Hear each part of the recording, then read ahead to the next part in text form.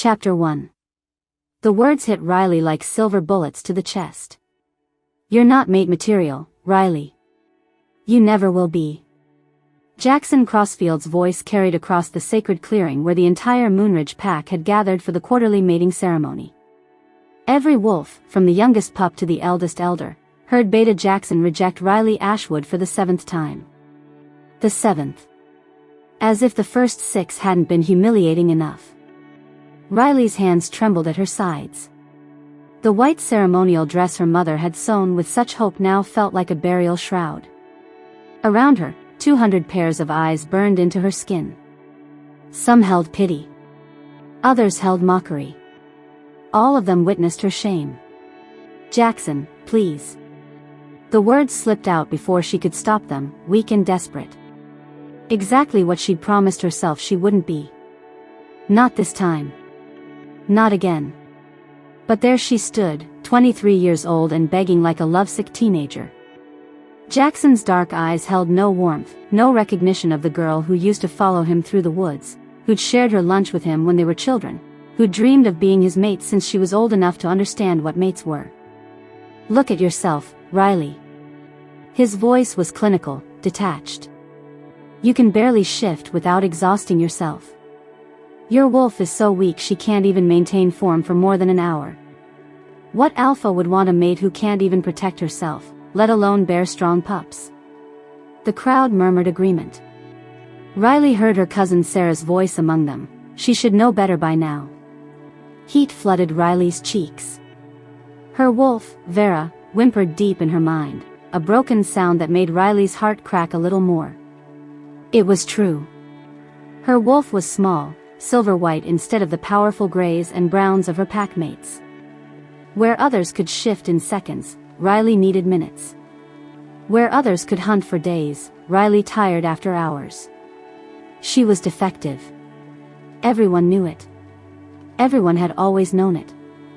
I could try harder, she whispered, hating herself for the words even as they left her lips. I could train more, get stronger. No. Jackson stepped back as if she carried some contagious disease. I've indulged this fantasy long enough. I won't be tied to weakness. Not when I'm being considered for alpha succession.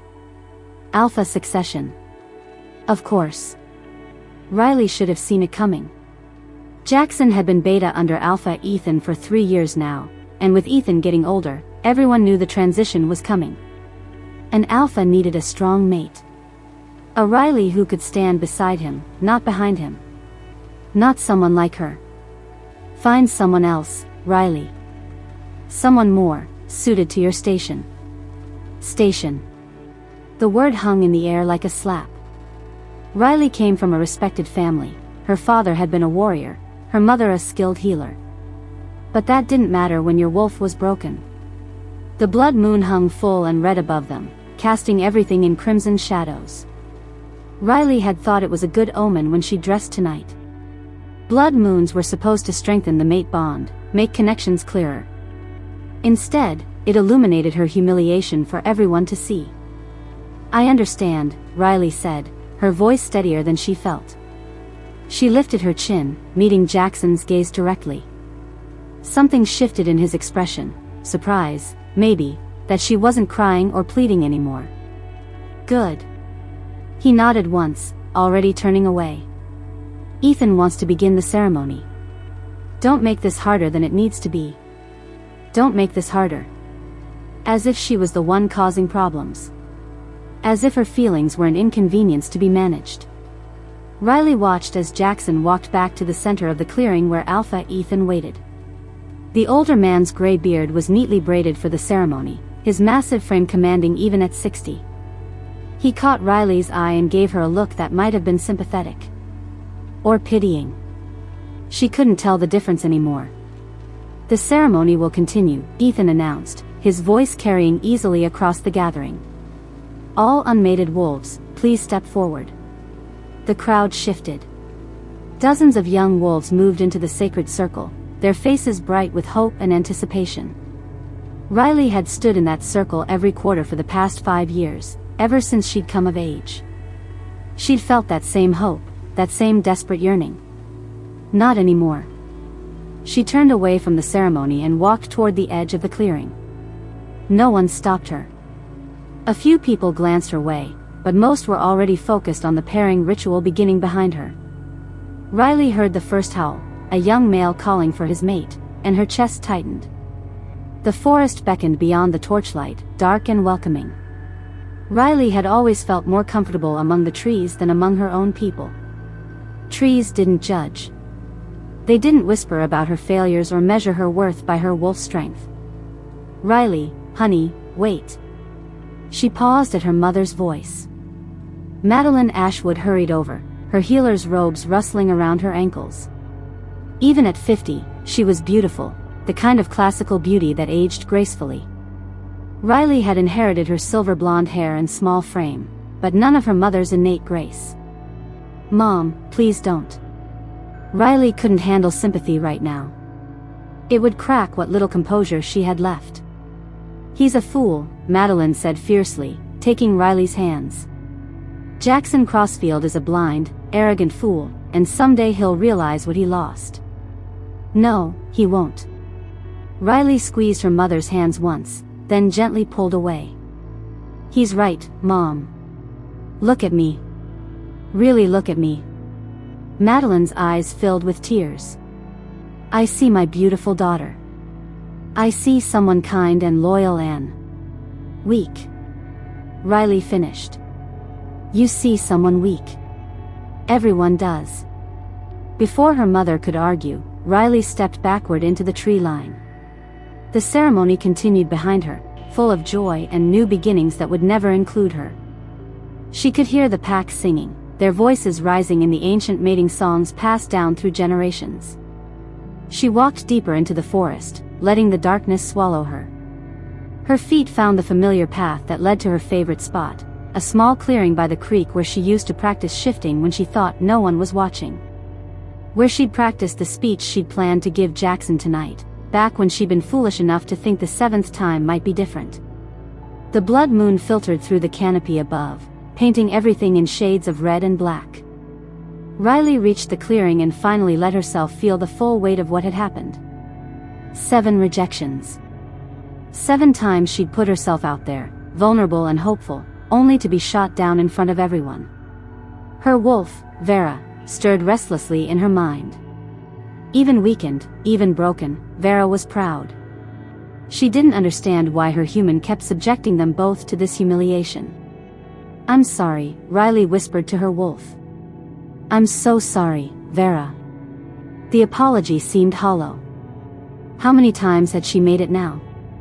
How many times had she promised things would get better, that someone would see their worth?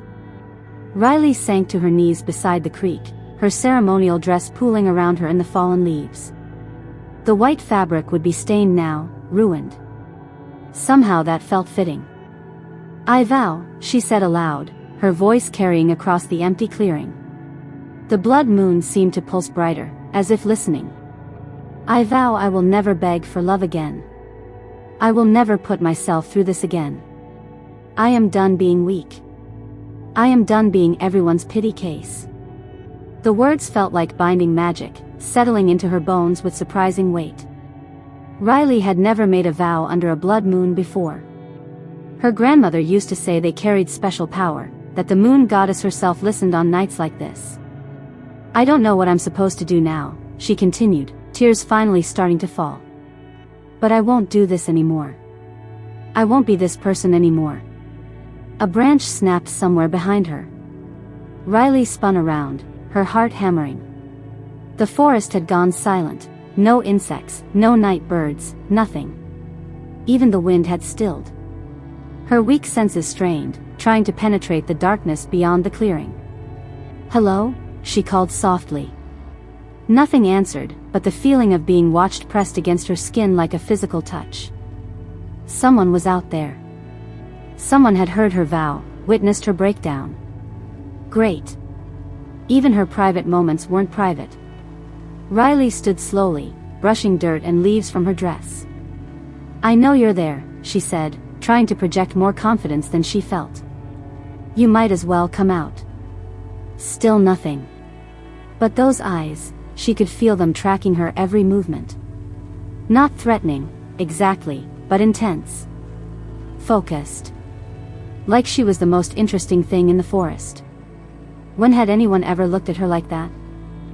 "Fine," Riley said. "Keep hiding. I'm going home." She turned to leave, then hesitated. Something about those watching eyes felt familiar, though she couldn't place why. They reminded her of something, a dream, maybe, or a half-remembered story. Golden eyes watching from shadows. Riley shook her head. She was letting her imagination run wild, probably because of everything that had happened tonight. There was no one there. Just her own paranoia and wounded pride making her think otherwise. She started back toward the pack lands, but something made her look over her shoulder one last time. For just a moment, she could have sworn she saw a flash of gold between the trees, bright and intelligent and utterly inhuman. Then it was gone, leaving only darkness and the lingering scent of something wild and powerful that made her wolf stir with sudden, inexplicable interest. Riley hurried home, her vow echoing in her mind like a promise. Or maybe a warning. Behind her, the forest kept its secrets, but the golden eyes followed her until she was safely back among the pack lands.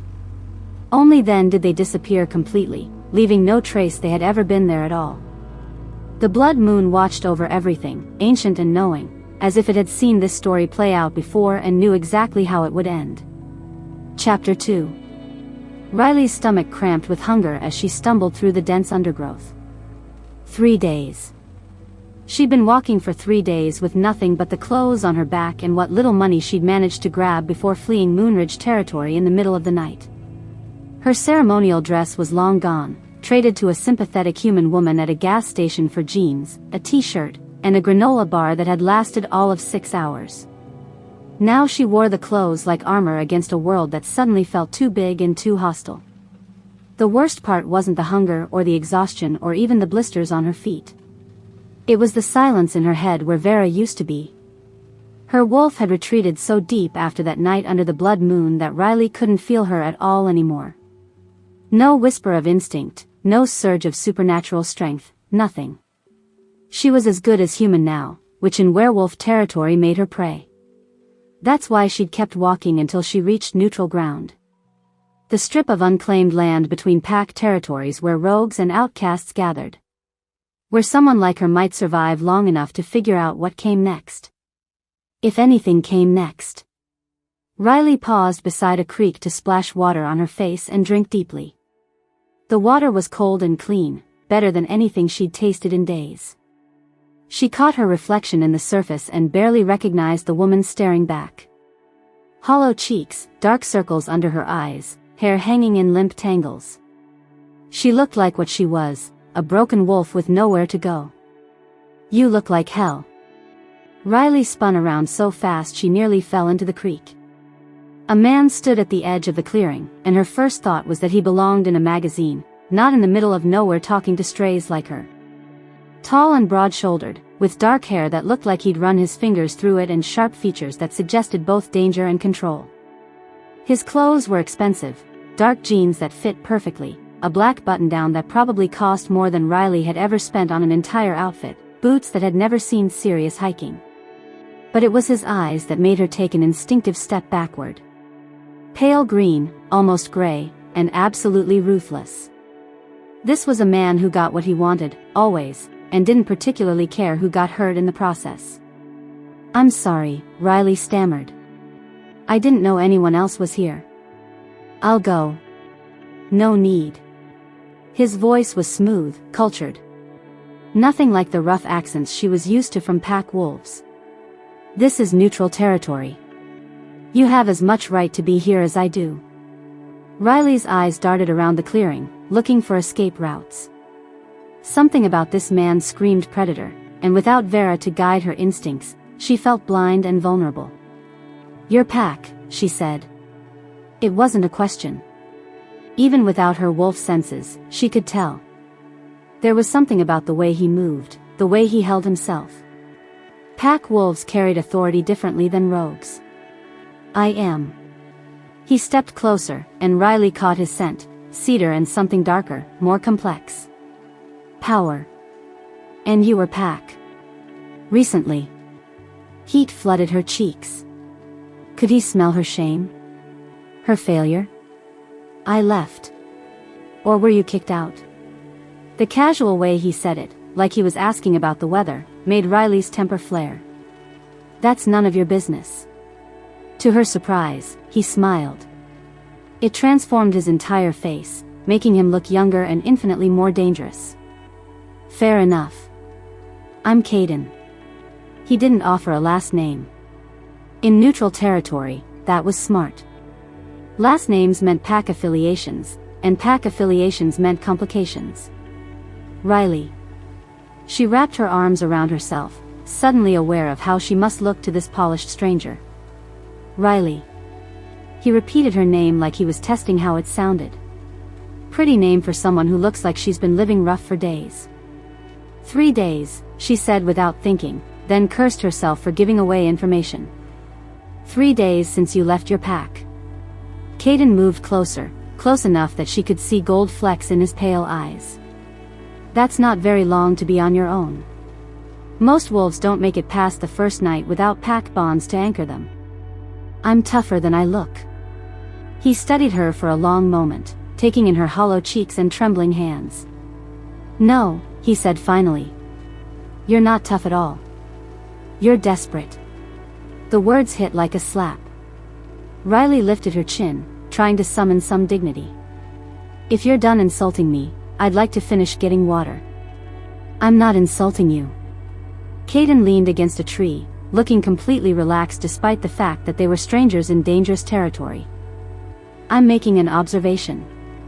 Desperation isn't always weakness, Riley. Sometimes it's opportunity. Something in his tone made her pause. What do you mean? I mean you're clearly running from something. Or someone. And I might be able to help. Riley laughed, a bitter sound that echoed off the trees. Right. A complete stranger wants to help me out of the goodness of his heart. What's the catch? Smart girl. Caden's smile widened. There's always a catch. But first, tell me what happened. Why is a pack wolf wandering neutral territory looking like she hasn't eaten in days? Why do you care? Because I have a proposition for you. But I need to know what I'm working with first. Riley stared at him. Everything about this felt dangerous, but she was so tired of being alone. So tired of the silence in her head and the constant fear that she wasn't going to make it another day. My pack had a mating ceremony, she said finally. I was rejected. Again. How many times? The question was asked casually, but Riley caught the sharp interest in his eyes. 7. Caden whistled low. 7 rejections from the same wolf? You know about pack politics. I know about humiliation. His voice had gone flat, emotionless. I know what it's like to be cast aside by people who should have protected you. Something in his tone made Riley look at him more carefully. Beneath the expensive clothes and casual confidence, she caught a glimpse of old anger. Old pain. The wolf who rejected you, Caden continued. What's his name? Riley hesitated. Giving out pack information to strangers was dangerous. But what did it matter now? She was never going back. Jackson Crossfield. He's beta of the Moonridge pack. The change in Caden was instant and terrifying. His entire body went still, predator still, and those pale eyes turned absolutely arctic. For a moment, Riley thought he might shift right there in the clearing. Jackson Crossfield, he repeated, and his voice held enough venom to kill. Riley took a step back. Do you know him? I know the name. Caden's smile was all teeth now, sharp and predatory. I know the bloodline. And I know they deserve everything that's coming to them. The hair on Riley's arms stood up. Without her wolf to guide her, she couldn't tell if this man was just dangerous or actively threatening. But every human instinct she had was screaming at her to run. I should go, she said, backing toward the tree line. Wait. Caden's voice stopped her cold. Not because it was loud, but because of the command in it. The absolute authority that made her wolf-trained instincts snap to attention even without Vera there to interpret them. I told you I had a proposition. I'm not interested. You haven't heard it yet. Riley kept backing away. I don't need to. Whatever you're selling, I can't afford it. Actually, you can't afford not to hear this. Caden straightened, and suddenly he seemed much larger, much more intimidating. Because in about 2 hours, the rogues who've been tracking you for the past day are going to catch up. And a lone wolf with no pack bonds and no fighting skills isn't going to survive that encounter. Riley's blood turned to ice. You're lying. 3 males, probably brothers based on their scent markers. They've been following you since yesterday morning, staying just far enough back that you wouldn't notice without wolf senses. Caden's voice was matter-of-fact, like he was discussing the weather. They're waiting for full dark to make their move. How do you? Riley stopped. Of course he could scent them. He was pack, which meant his senses were fully intact. Unlike hers. So here's my proposition, Caden continued, ignoring her panic. I can offer you protection. Status. A place in a pack where you'll never be rejected or humiliated again. Riley stared at him. In exchange for what? Marriage. The word hung between them like a bomb. Riley actually laughed, a hysterical sound that made birds take flight from nearby trees. Marriage? To a complete stranger? Are you insane? A contract marriage, Caden clarified, not seeming bothered by her reaction. Temporary, purely business. You get protection and status, I get. He paused, considering. Let's call it a political advantage. Political advantage, Riley repeated. Meaning what, exactly? Meaning Jackson Crossfield and his pack have something that belongs to me. And a connection to their former pack member might help me get it back. The pieces clicked together in Riley's mind, painting a picture she didn't like. You want to use me to get to Jackson. I want to give you the chance to get revenge on the people who treated you like garbage. Caden's voice dropped, becoming almost hypnotic. Think about it, Riley. How would it feel to walk back into Moonridge territory as the Riley of a powerful pack? To have Jackson Crossfield bow to you instead of the other way around? The image he painted was seductive. Riley could almost see Jackson's face when he realized she wasn't the broken, desperate wolf he'd rejected. Could almost taste the sweet satisfaction of showing him exactly what he'd thrown away. But it felt too good to be true. And in Riley's experience, things that seemed too good to be true usually were. What pack? She asked. Mine. Which is? Caden smiled, and it was the most terrifying expression Riley had ever seen. Shadow Creek. The name hit Riley like a physical blow. Shadow Creek. Even isolated as she'd been in Moonridge, she knew that name. Everyone did. Shadow Creek was the pack that other packs whispered about. Ruthless, powerful, and led by an alpha so dangerous that most wolves wouldn't even speak his name out loud. They said he'd killed his own father to take control. They said his pack was made up of rogues and outcasts who'd do anything for power. They said crossing Shadow Creek was a death sentence. You're him, Riley whispered. You're the Ruthless Alpha. Caden's smile widened. Guilty as charged. Though I prefer Caden Blackthorn. It sounds more civilized. Riley felt like the ground was shifting under her feet. Shadow Creek and Moonridge are enemies. Have been for decades. Longer than that. My grandfather had his throat torn out by Ethan Grayson's father over territorial disputes. My father died in a hunting accident that had Moonridge wolves scent all over it. Caden's voice was conversational, but his eyes had gone deadly. So yes, we have history. And you want me to help you get revenge. I want to offer you the chance to take back your power. Caden stepped closer, and Riley could feel the predatory energy rolling off him in waves. Think about what they did to you, Riley. 7 times they humiliated you in front of your entire pack. 7 times they made you feel worthless. Stop. Jackson Crossfield looked at you like you were something disgusting on his shoe. Your own pack mates whispered about your weakness behind your back.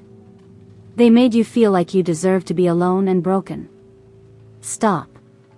Riley's voice was stronger now, but her hands were shaking. Now imagine walking into their territory as my Riley. Imagine the look on Jackson's face when he realizes he rejected the mate of the most powerful alpha in the region. Imagine him having to show you respect, having to acknowledge that he was wrong about you. The fantasy was intoxicating. Riley could see it so clearly, herself walking into the Moonridge pack house in expensive clothes, radiating confidence and power. Jackson's shock when he realized who she'd become. The pack members who'd pitted her suddenly scrambling to curry favor. It would be perfect revenge. But revenge came with a price.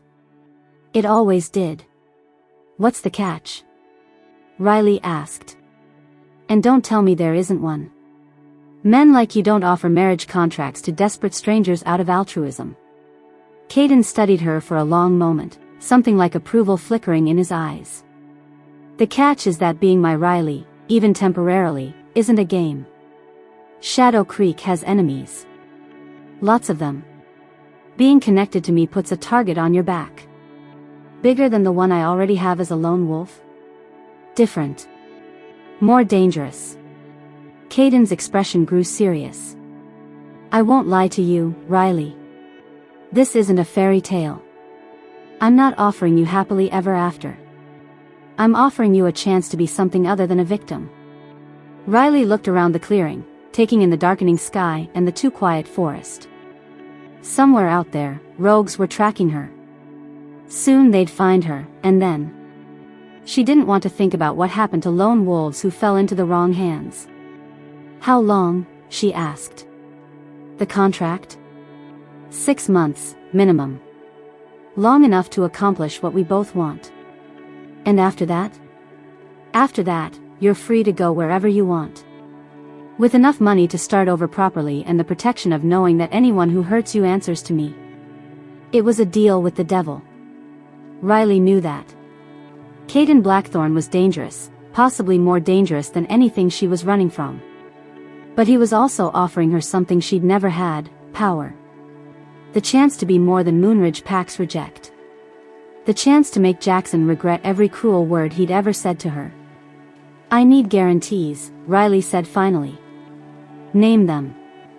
I want it in writing. A real contract, not just your word. Done. I want my own money. Not an allowance, not access to your accounts. My own account that you can't touch. Reasonable. And I want to know exactly what this revenge plan involves. No surprises, no being kept in the dark.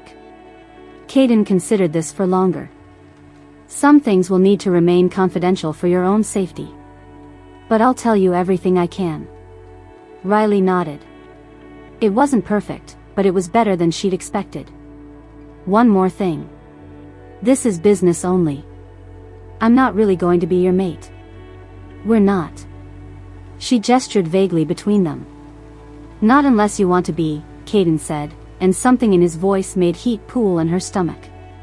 But no, the contract doesn't require physical intimacy. Though we'll need to convince people that our relationship is real. Meaning? Meaning we'll need to act like a couple in public. Share a living space. Attend pack functions together. Caden's smile was wickedly amused. Think you can handle pretending to be madly in love with me? Riley looked at him, really looked at him. Devastatingly handsome, dangerous, powerful enough to make her former pack tremble. Under different circumstances, pretending to be in love with him wouldn't be hard at all. Which was exactly why it was dangerous. I can handle it, she said. Then we have a deal? Caden extended his hand. Riley stared at it for a long moment. Once she shook his hand, there would be no going back. She'd be tied to the Ruthless Alpha, committed to whatever scheme he had in mind for Moonridge pack. But the alternative was facing whatever was hunting her alone. And she was so tired of being alone. We have a deal, Riley said, and shook his hand. The moment their skin touched, something electric passed between them. Not the mate bond. Riley knew what that felt like, had felt its absence keenly, but something else. Something that made her wolf stir for the first time in days, just a flutter of interest deep in her mind. Caden felt it too. She could see it in the way his eyes sharpened, the way his grip on her hand tightened just slightly. Interesting, he murmured, then released her hand and stepped back. We should go. Those rogues will be here soon, and I'd rather not have to kill them if we can avoid it. Go where? Home. Caden's smile was sharp and predatory. Time to introduce you to your new pack, Riley Cross. The name sent a shiver down her spine. Riley Cross. Riley of Shadow Creek Pack. It had a nice ring to it. Chapter 3. The Shadow Creek Pack house was nothing like what Riley had expected. Instead of the dark, fortress-like structure she'd imagined, Caden's home was a sprawling modern mansion nestled in the mountains, all glass and steel and clean lines. Floor-to-ceiling windows offered breathtaking views of the valley below, and the interior was decorated in warm neutrals that somehow managed to feel both luxurious and comfortable. Not what you pictured? Caden asked, noting her expression as he led her through the main living area. I expected something more. Riley searched for the right word. Ominous? Disappointed? Surprised? She ran her fingers along the back of a buttersoft leather sofa. This is beautiful.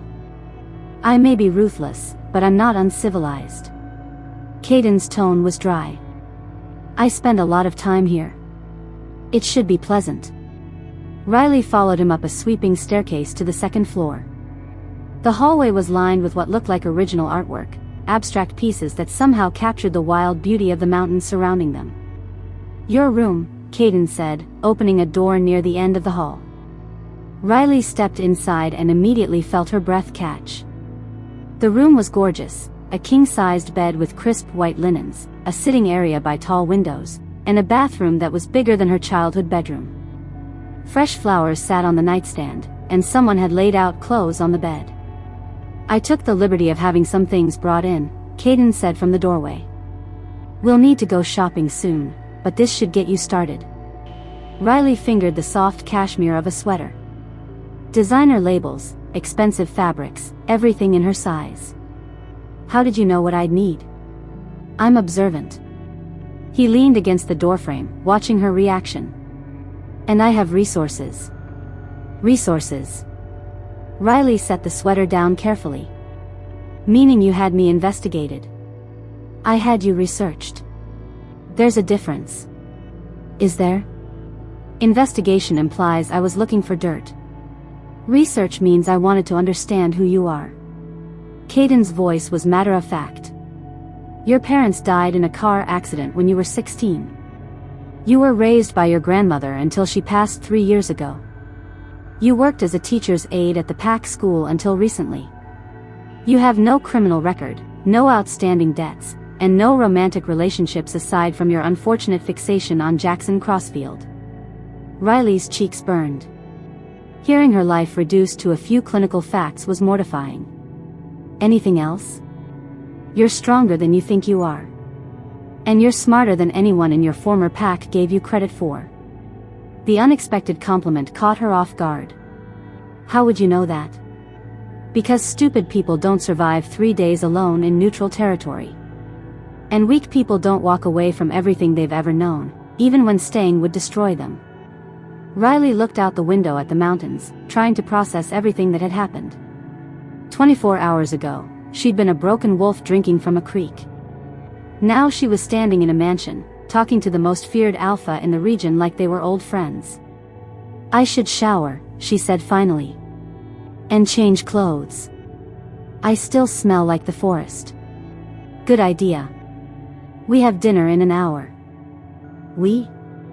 The pack leadership. They'll want to meet their new Riley. Riley's stomach dropped. Already? But we just got here. I haven't had time to prepare, to figure out what I'm supposed to say. Riley. Caden's voice was firm but not unkind. You're not playing a part. You're not pretending to be someone you're not. You're simply being yourself in a new context. Myself got rejected 7 times. Yourself was being judged by people who couldn't see past their own prejudices. Caden stepped into the room, and Riley was suddenly very aware of how small the space felt with him in it. Trust me, my pack judges people differently. How? By results. By loyalty. By what they contribute to the whole. His pale eyes met hers. By strength that has nothing to do with how fast you can shift or how loud you can howl. Riley wanted to believe him. Desperately. But 23 years of being told she wasn't enough was hard to overcome. What if they don't accept me? They will. Caden's certainty was absolute. Because I'm telling them to. And because once they get to know you, they'll see what I see. Which is someone who's been underestimated her entire life. Someone with untapped potential who just needs the right environment to flourish. The word sent warmth through Riley's chest. When was the last time someone had spoken about her potential instead of her limitations? Go shower, Caden said, heading for the door. And Riley? Stop thinking of yourself as Moonridge's reject. You're Shadow Creek's Riley now. Act like it. He left her alone with that command echoing in her ears. Riley looked at herself in the mirror across the room, hollow-eyed, dirty, wearing clothes that had seen better days. She looked like exactly what she was, a woman who'd lost everything. But Caden was right. That wasn't who she had to be anymore. 45 minutes later, Riley barely recognized herself. The shower had washed away days of grime and exhaustion, and the clothes Caden had provided fit like they'd been tailored for her. The dark jeans hugged her curves without being too tight, and the emerald green sweater brought out the color in her eyes. Someone had even provided makeup, high-end products that made her look polished and confident. She was studying herself in the mirror, trying to summon the courage to go downstairs, when Caden knocked on her door. Come in, she called. He entered and stopped short when he saw her. For just a moment, his carefully controlled expression slipped, revealing something that looked almost like hunger. You look. He paused, seeming to search for words. Beautiful. The compliment shouldn't have affected her so strongly. This was a business arrangement, nothing more. But the way he was looking at her, like she was something precious and surprising, made her pulse quicken. The clothes are perfect, she said, trying to break the tension. How did you? I'm good at reading people. Caden's voice was rougher than usual. Are you ready to meet the pack? Riley nodded, not trusting her voice. As they walked downstairs together, she was hyper-aware of his presence beside her. The way he moved with predatory grace, the subtle scent of cedar and something darker that made her wolf stir restlessly. Vera was still there, Riley realized with surprise. Buried deep and damaged, but not gone. Not completely. The dining room held about 20 people, all of whom stood when Caden entered. Riley had expected to see the rough, dangerous rogues that Moonridge whispered about. Instead, she found herself looking at an eclectic group that included everyone from a woman in a business suit to a man with tattooed arms who looked like he could bench press a car. Everyone, Caden said, his hands settling on the small of Riley's back. The touch sent electricity through her entire body. I'd like you to meet Riley Cross, my mate and your new Riley. Riley tried not to flinch at the word mate. She'd known they'd have to sell the fiction, but hearing it out loud made it feel dangerously real. Riley, Caden continued, this is my beta, Ethan Steele. A tall man with silver-streaked hair stepped forward. He was probably in his 50s, with intelligent dark eyes and a presence that commanded respect. When he took her hand, his grip was firm but not crushing. Welcome to Shadow Creek, Ethan said. His voice was warm, but Riley caught the assessing look he gave her. We're honored to have you. Thank you, Riley managed. The introductions continued. Sarah, the woman in the business suit, was the pack's legal counsel. Jake, the tattooed man, was head of security. Dr. Amanda Torres handled medical needs. Each person welcomed her with what seemed like genuine warmth, though Riley noticed they all looked to Caden for cues on how to treat her. Please, sit, Caden said, pulling out a chair for her at his right hand. I know you must be hungry. Riley was starving, but she was also terrified of making a mistake. These people were being kind, but they were also clearly sizing her up. One wrong move could shatter the fragile acceptance she was being offered. The meal was delicious, some kind of herb-crusted salmon with roasted vegetables, but Riley barely tasted it. She was too busy trying to follow the conversation, which ranged from pack business to local politics to what sounded like investment strategies.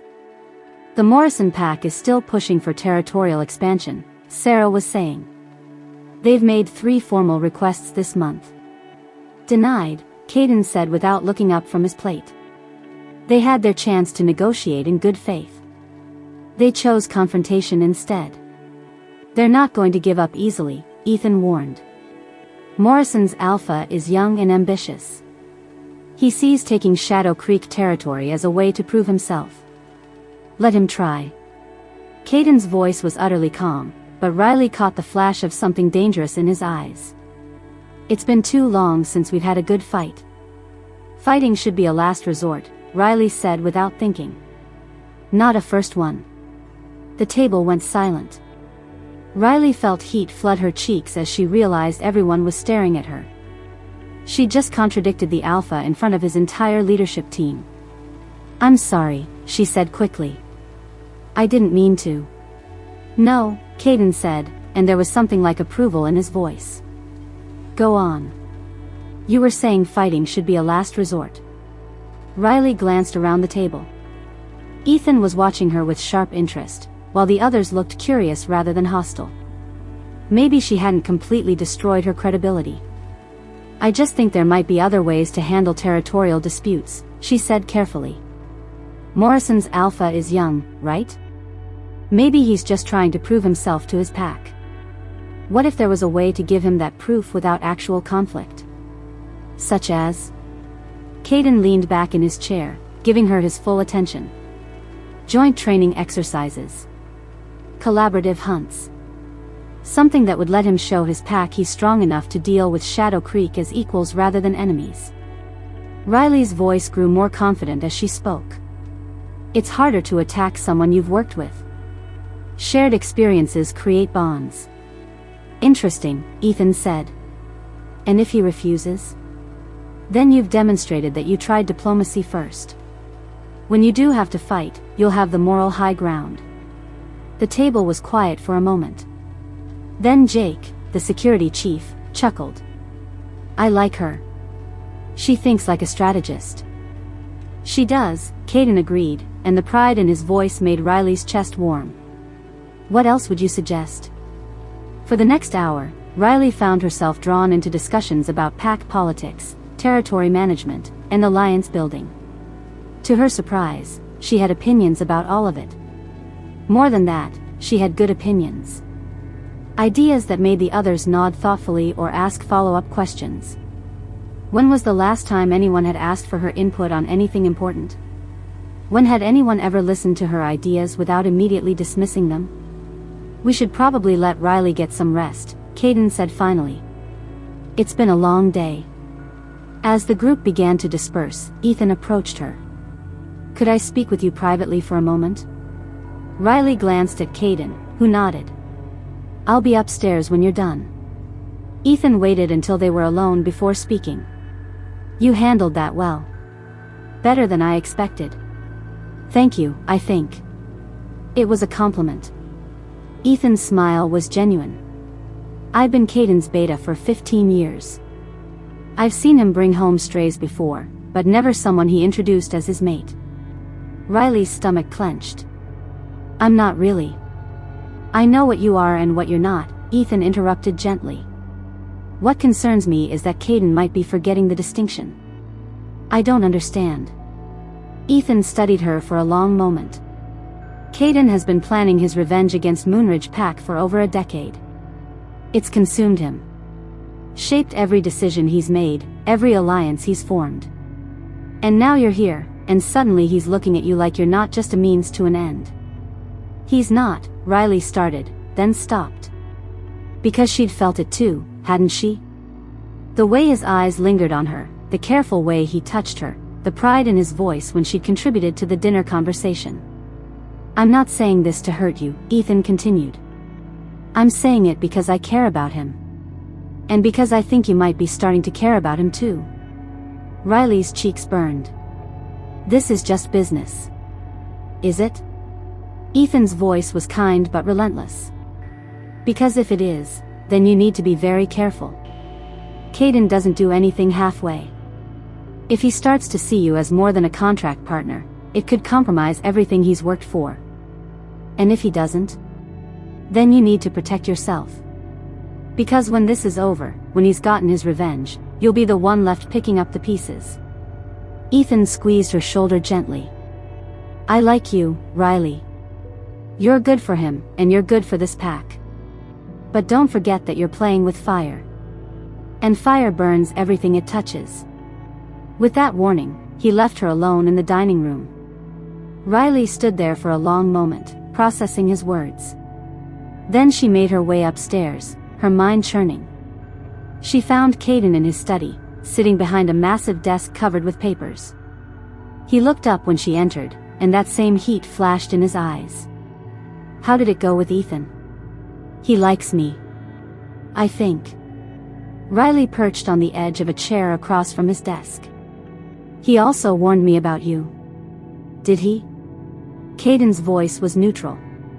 "What did he say?" "That you don't do anything halfway. That I should be careful not to get too attached because this is just business." Caden set down his pen and leaned back. "And what did you tell him?" "That he was right. This is just business." "Is it?" The question hung between them, loaded with possibility and danger. Riley met his gaze steadily, even though her heart was racing. "It has to be," she said finally. "Doesn't it?" "Does it?" Caden stood and walked around the desk. Riley's breath caught as he approached, but she forced herself to stay still. "Because I have to admit, when I saw you at dinner tonight, contributing ideas, making my pack laugh, fitting in like you belonged there, it didn't feel like business. Caden. And when I look at you now, in clothes I chose for you, in my house, it doesn't feel like business either." He was standing right in front of her now, close enough that she could feel the heat radiating from his body. Riley's wolf stirred restlessly, responding to his nearness in ways that should have been impossible. "This is dangerous," she whispered. "I know." His hand came up to cup her cheek, thumb brushing across her lower lip. "But I've never been good at staying away from dangerous things." Riley's eyes fluttered closed. For just a moment, she let herself imagine what it would be like if this were real. If Caden Blackthorne had chosen her not for revenge, but because he genuinely wanted her. Then reality crashed back, and she pulled away. "We can't," she said, her voice shakier than she'd like. "You said it yourself, this is about getting back at Moonridge Pack. I can't be another complication." Caden's hand dropped to his side. "You're right. This is about revenge." "Good." Riley stood on unsteady legs. "I should go to bed. Early day tomorrow, right?" "Right. We have the Supernatural Council Gala tomorrow night. Our first public appearance as a couple. I'll be ready." "I know you will." Riley made it to the door before Caden's voice stopped her. "Riley?" She turned back. "For what it's worth," he said quietly, "Ethan is wrong about one thing. You're not just a means to an end anymore. You're becoming something much more dangerous than that." "What?" "You're becoming someone I actually care about." Riley fled to her room, Caden's words echoing in her mind. She pressed her back against the closed door, trying to calm her racing heart. This was supposed to be simple. A business arrangement. 6 months of playing pretend, then freedom. But nothing about Caden Blackthorne was simple. And the way he looked at her, touched her, made her feel things she'd never experienced before. Her wolf was stirring more strongly now, responding to the alpha's presence in ways that should have been impossible. Vera had been broken, damaged beyond repair. But somehow, being near Caden was calling her back. Riley crawled into the luxurious bed and stared at the ceiling, trying to make sense of everything that had happened. In one day, she'd gone from a broken reject to the Riley of the most powerful pack in the region. She'd discovered she had a talent for strategy and leadership. And she'd started to feel things for a man who was supposed to be using her for revenge. Meanwhile, 300 miles away in Moonridge territory, Jackson Crossfield was about to receive news that would change everything. But Riley didn't know that yet. All she knew was that tomorrow night, she'd have to pretend to be madly in love with Caden Blackthorne in front of the entire supernatural community. And the terrifying part was that it might not be pretending at all. Chapter 4. The Supernatural Council Gala had been everything Riley never knew she wanted. Held in a restored Victorian mansion in the heart of neutral territory, the event brought together representatives from every supernatural community within 500 miles. Vampires in perfectly tailored suits mingled with fae whose beauty was almost painful to look at. Witches wore designer gowns that seemed to shimmer with their own inner light, while shifters of every variety moved through the crowd with predatory grace. And Riley had belonged there. Not as the broken reject trailing behind someone else, but as Caden Blackthorne's mate, his equal partner. The midnight blue gown he'd chosen for her fit like a dream, and the way people looked at her, with respect, with interest, with the kind of attention she'd never received before, had been intoxicating. "You were magnificent tonight," Caden murmured as their car wound through the mountain roads back to Shadow Creek territory. The partition between them and the driver was up, giving them privacy in the spacious back seat. "I felt magnificent," Riley admitted, then laughed at her own honesty. "God, is that terrible? I've never felt like that before. Like I mattered." "You do matter." Caden's voice was intense in the darkness. "More than you know." Riley turned to look at him. The formal black tuxedo made him devastatingly handsome, but it was the way he'd looked at her all evening that had made her pulse race. Like she was the only person in the room worth his attention. Dangerous thoughts. Ethan's warning echoed in her mind, but it was getting harder to remember why caring about Caden was a bad idea. "The vampire ambassador seemed interested in our territorial agreements," she said, forcing herself to focus on business. "Did you notice how he kept asking about our northern borders?" "I noticed." Caden's smile was sharp. "Gage Blackwood has been trying to expand vampire influence in this region for decades. He sees opportunity in the current pack conflicts. Should we be worried? We should be prepared. Your suggestion about joint training exercises with the Morrison pack is looking more valuable by the day." Pride warmed Riley's chest. Her ideas mattered here. She mattered. The car suddenly swerved violently to the left, throwing Riley against Caden's side. Through the partition, she could hear their driver cursing. "What the hell?" Caden started, then his expression changed. His nostrils flared, and his entire body went rigid. "Rogues." "What?" "Get down." His voice carried alpha command, and Riley found herself ducking instinctively. "We're under attack." The windshield exploded inward. Their driver, a young wolf named Tyler, cried out as glass shredded his face and arms. The car careened off the road, crashing through underbrush before slamming into a tree with bone-jarring force. Riley's head snapped forward, and stars exploded across her vision. When her sight cleared, she saw Caden already moving, his tuxedo jacket torn as he shifted partially, not full wolf, but something between human and beast that was purely lethal. "Stay in the car," he ordered, his voice more growl than words. "Caden. Stay down and stay quiet." He kicked open his door and disappeared into the darkness outside. Almost immediately, Riley heard the sounds of combat, snarls, snapping teeth, the wet sound of claws meeting flesh. Tyler was slumped unconscious over the steering wheel, blood running from multiple cuts. Riley pressed her hands against the worst of his wounds, trying to stop the bleeding, but she could hear the fight outside escalating. A howl of pain made her blood freeze. Caden's howl. Without thinking, Riley threw open her door and stumbled into the night. The scene that greeted her was out of a nightmare. 6 massive wolves had surrounded Caden, their eyes glowing red in the darkness. Rogues, as he'd said, wolves who'd been cast out from their packs and had turned feral. They moved with the coordination of a pack but the viciousness of animals who'd forgotten what it meant to be human. Caden was holding his own, but barely. Blood streamed from gashes on his arms and chest, and one of the rogues had its teeth buried in his shoulder. "Get back in the car," he shouted when he saw her. But Riley couldn't move. Couldn't breathe. Because deep in her mind, something was stirring. Something that had been dormant for so long she'd thought it was gone forever. Vera. Her wolf. And she was angry. The largest of the rogues, a black wolf with scars covering half his face, broke away from the pack. His red eyes fixed on Riley, and she could see the madness in them. The complete absence of humanity. He charged. Time slowed. Riley heard Caden scream her name, heard the rogue's claws scraping against stone as he launched himself at her throat. She should have been terrified. Should have been helpless. Instead, power exploded through her body like lightning. Her bones elongated and shifted with a crack that echoed through the forest. Silver-white fur sprouted across her skin as her muscles expanded and strengthened. Her face pushed forward into a muzzle filled with razor-sharp teeth. But this wasn't the weak, struggling shift she'd managed before. This was something else entirely. Power coursed through her new form, making her feel invincible.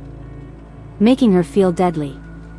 The charging rogue hit her mid-transformation and went flying. Riley, or rather, the massive silver wolf she'd become, landed on her feet with predatory grace.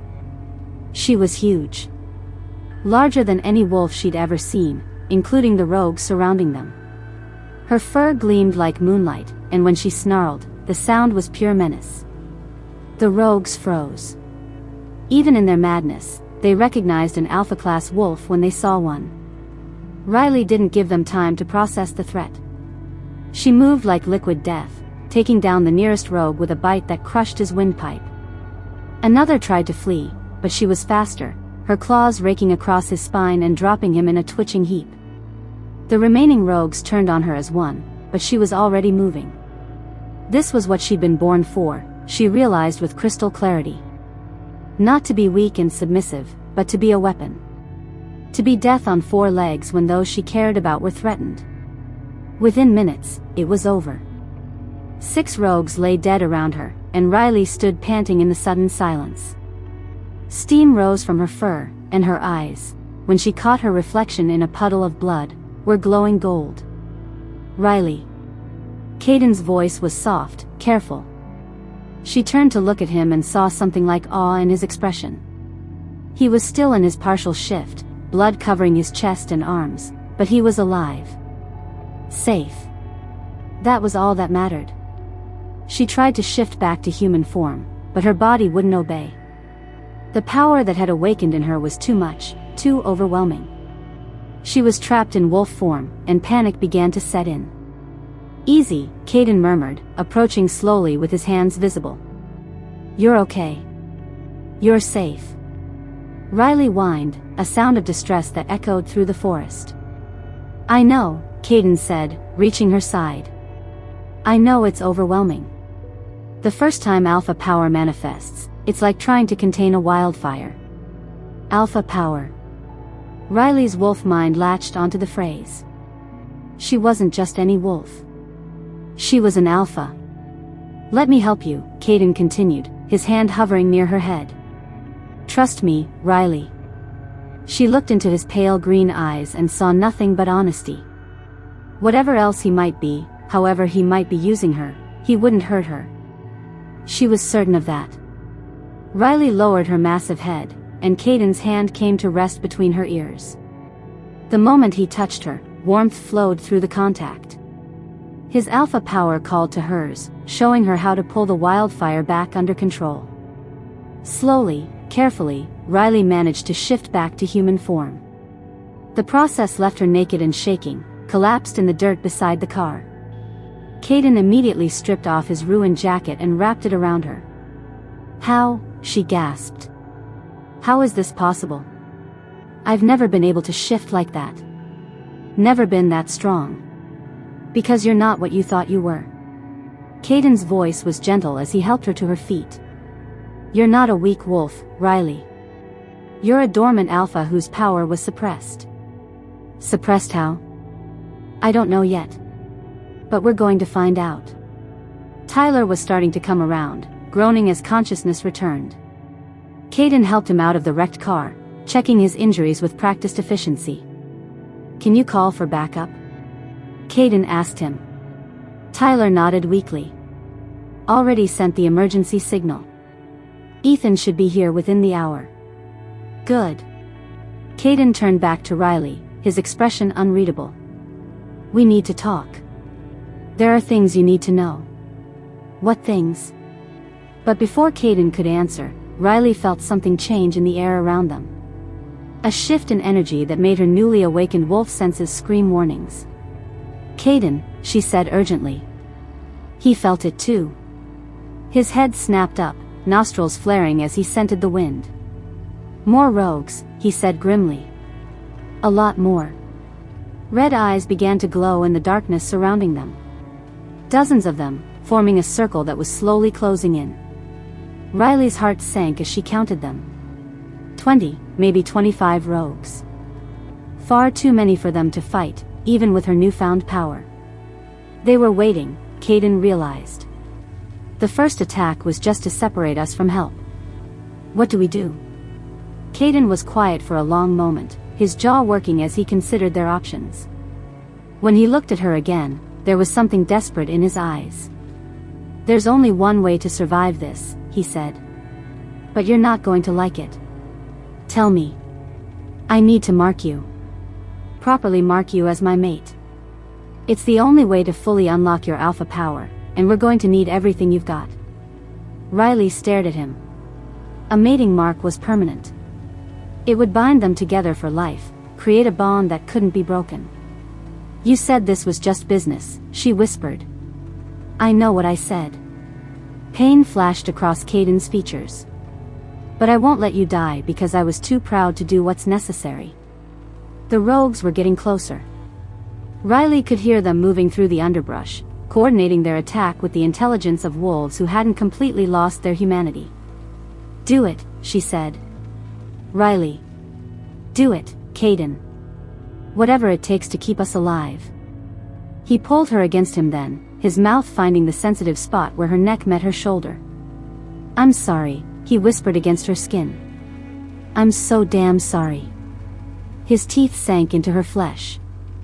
The pain was incredible, like being struck by lightning. But it lasted only a moment before something else took its place, a connection so intense it stole her breath.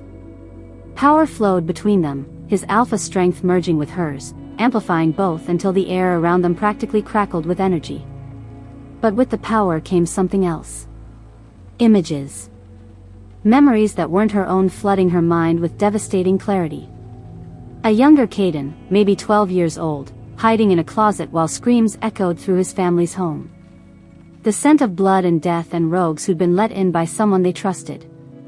His parents torn apart in their own living room. His younger sister's broken body in the hallway. And standing over it all, blood-covered and grinning, was a wolf she recognized even in memory. Older, grayer, but unmistakably Jackson's father.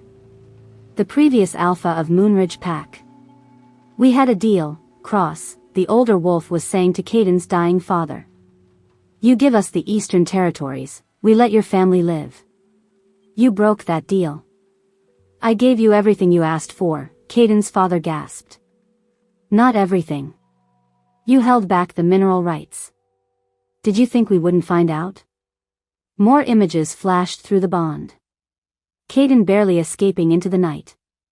Years of training, planning, building Shadow Creek into something strong enough to take revenge. The careful cultivation of allies and resources, all leading to this moment. All leading to her. Riley gasped as the memories faded, leaving her reeling from the intensity of Caden's pain. She understood now. Understood why he'd sought her out, why he'd offered her that contract. She wasn't just a way to get close to Jackson. She was a weapon he'd forged specifically to destroy the bloodline that had murdered his family. Now you know, Caden said quietly, his arms still around her. The mating mark on her neck throbbed with new sensation. Now you understand what you really are to me." Riley wanted to be angry. Should have been furious at being used so completely. But all she could think about was that 12-year-old boy hiding in a closet, listening to his family die. "We'll deal with this later," she said, her voice steadier than she felt. "Right now, we have bigger problems." The rogues had stopped circling. They were getting ready to attack. But Riley felt different now. The power flowing through the mate bond was intoxicating, making her feel like she could take on an army. Her wolf, Vera, was fully present for the first time in her life, not weak or broken, but magnificent and deadly. "Together?" Caden asked. "Together." They shifted in perfect synchronization, the bond between them making their movements flow like a choreographed dance. Riley's wolf was even larger now, her silver fur gleaming with an inner light that made the rogues hesitate. But Caden was something else entirely. His wolf was massive, coal-black with eyes like chips of ice. This was what a true alpha looked like, death incarnate, beautiful and terrible. The rogues attacked as one, but they might as well have been attacking a force of nature. Riley and Caden moved as a unit, their bond allowing them to anticipate each other's actions, to fight with a coordination that was almost supernatural. Riley tore through her opponents like they were made of paper, her claws and teeth finding vital spots with deadly precision. Beside her, Caden was a whirlwind of destruction, dropping rogues with efficient brutality. Within minutes, the forest floor was littered with bodies. The few rogues who survived fled into the darkness, their howls of terror echoing through the night. Riley and Caden stood panting in the sudden silence, steam rising from their fur. The mate bond hummed between them, satisfied and triumphant. When they shifted back to human form, the intensity of the connection remained. Riley could feel Caden's emotions like they were her own, his relief that she was safe, his guilt over marking her without her true consent, his growing feelings that he was trying so hard to suppress. "The power you just displayed," Caden said, wrapping his jacket around her again.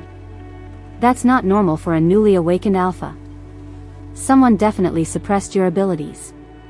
The question is who and why." Riley nodded, still processing everything that had happened. The mating mark on her neck pulsed with warmth, reminding her that everything had changed. They were bonded now, connected in ways that went beyond their contract. "We need to figure out what was done to you," Caden continued. "And we need to prepare for war. Because after tonight, Moonridge is going to know you're alive. And they're going to know you're mine." "Let them come," Riley said, surprised by the venom in her own voice. "After what I saw in your memories, after what they did to your family, let them try to take what's yours." Caden's eyes darkened. "You're not just mine because of the mark, Riley. You understand that, right? This isn't just about the bond." "I know." Riley met his gaze steadily. "But we still need to talk about what this means. About what you want from me beyond revenge." "I want," Caden started, then stopped as headlights appeared through the trees. "Later. Ethan is here." As Shadow Creek wolves poured into the clearing, Riley touched the mating mark on her neck. She was bound to Caden now, tied to his quest for vengeance whether she liked it or not. But looking at the carnage around them, feeling the power still coursing through her veins, she realized something important. She wasn't just along for the ride anymore. She was a weapon. And she was finally ready to be wielded. Chapter 5. Riley woke to the sensation of being watched. She sat up in bed, automatically reaching for the mating mark on her neck. 3 days had passed since the rogue attack, and the bond with Caden still felt raw and new. She could sense him somewhere in the house, his emotions a constant hum in the back of her mind, tension, protectiveness, and something deeper he kept carefully guarded. But the feeling of being observed wasn't coming from the mate bond. This was something else. Riley slipped out of bed and padded to the window. Dawn was just breaking over the mountains, painting the sky in shades of pink and gold. The view was breathtaking, but it wasn't what caught her attention. At the edge of the property, just beyond the tree line, stood a familiar figure. Jackson Crossfield. Riley's breath caught. Even at this distance, she could see the tension in his shoulders, the way he held himself like a man preparing for battle. He was alone, which was either very brave or very stupid. Shadow Creek territory was the last place a Moonridge wolf should be standing. The bedroom door burst open behind her. Caden stood in the doorway, partially dressed and radiating lethal energy. The mate bond had alerted him to her distress the moment she'd seen Jackson. "What is it?" he demanded, then followed her gaze to the window. His expression turned murderous. "Son of a bitch." "He's alone," Riley said quietly. "He's on my territory." Caden's voice was pure alpha command. "Ethan is already mobilizing security. We can have him surrounded in minutes." "Wait." Riley placed a hand on Caden's arm, feeling the tension coiled there like a spring. "Look at his posture. He's not here to fight. Then why is he here?" Riley studied Jackson's stance more carefully. He stood with his hands visible, his head slightly bowed. There was something almost supplicant about his position. "I think he's here under a flag of truce," she said. Caden's laugh was harsh. "A flag of truce? From the pack that's been trying to destroy mine for generations? Only one way to find out." Riley turned from the window, already reaching for clothes. "We need to meet with him." "Like hell we do." "Caden." Riley's voice carried a note of command that surprised them both. The mating bond had awakened something in her beyond just physical power, a confidence she'd never possessed before. If Jackson Crossfield is standing on your territory alone at dawn, it's not because he suddenly developed a death wish. He has something to say. Then he can say it from a cell. "He came here for me." Riley pulled on jeans and a sweater, her movements quick and efficient. "Whatever he wants, it's connected to me. I need to hear it." Caden was quiet for a long moment, conflict playing across his features. The mate bond let Riley feel his struggle, the desire to protect her warring with his recognition that she was right. "Fine," he said finally. "But we do this my way. Full security, controlled environment, and if he so much as breathes wrong, I'm taking his head off." Agreed. An hour later, Riley found herself sitting across from Jackson Crossfield in Shadow Creek's formal conference room. The space was designed to intimidate, with its massive table and floor-to-ceiling windows that showcased the pack's territory. Caden sat beside her, close enough that their shoulders touched, his presence a constant reminder of how much had changed. Jackson looked terrible. His usually perfect hair was disheveled, dark circles ringed his eyes, and there was a hollow quality to his expression that spoke of sleepless nights and regret. When his gaze met Riley's, she saw something there she'd never seen before: pain. "Riley." His voice was rough, like he'd been shouting. "Thank God you're alive." The words hit her like a physical blow. She'd expected anger, maybe desperation. Not relief. Not what looked suspiciously like genuine emotion. "No thanks to you," Caden's voice was arctic. "She's alive because I protected her. Something you never bothered to do." Jackson's jaw tightened, but he didn't take the bait. Instead, he kept his eyes on Riley. "When we found your clothes by the river, when the search teams couldn't find a body, I thought I'd lost you forever." "You rejected me," Riley said flatly. 7 times. You made it very clear you didn't want me. I was wrong." The admission seemed to physically hurt him. "I was so goddamn wrong about everything." Caden leaned forward, his expression predatory. "This is touching, really. But if you think you can just waltz in here and—" "I'm not here to apologize," Jackson interrupted, finally tearing his gaze away from Riley. "Though I should. I'm here because Riley is in danger. More danger than either of you realize. The only danger she's in is from your pack," Caden said. "No." Jackson reached into his jacket, moving slowly to avoid triggering the guards stationed around the room. He pulled out a leather-bound journal, its pages yellowed with age. "The danger is from what she is." Riley felt something cold settle in her stomach. "What I am?" "Your bloodline, Riley. Your real bloodline." Jackson slid the journal across the table.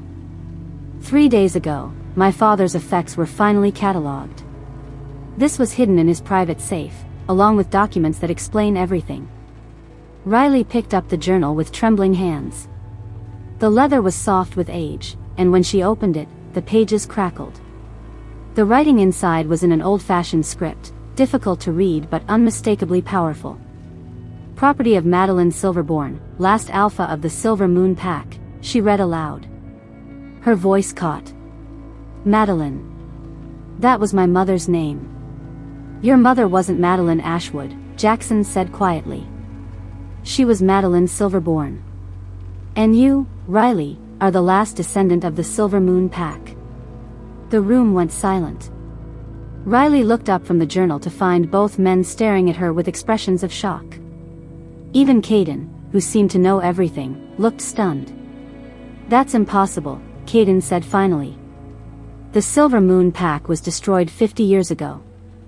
Not destroyed, Jackson corrected. Disbanded. Scattered.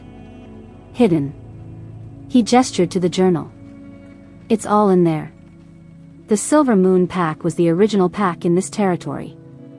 Both Moonridge and Shadow Creek split off from them during the Great Division. Riley flipped through the pages, seeing dates and names and family trees that made her head spin. Why would they hide this from me? Why would my mother lie about who she was? Because your bloodline carries something that both our packs have been searching for. Jackson's voice was heavy with implication. The Silver Moon Pack wasn't just any pack, Riley. They were the peacekeepers. The mediators. Their alpha bloodline carried the ability to create binding treaties between supernatural communities. Treaties? Riley looked up from the journal. What kind of treaties?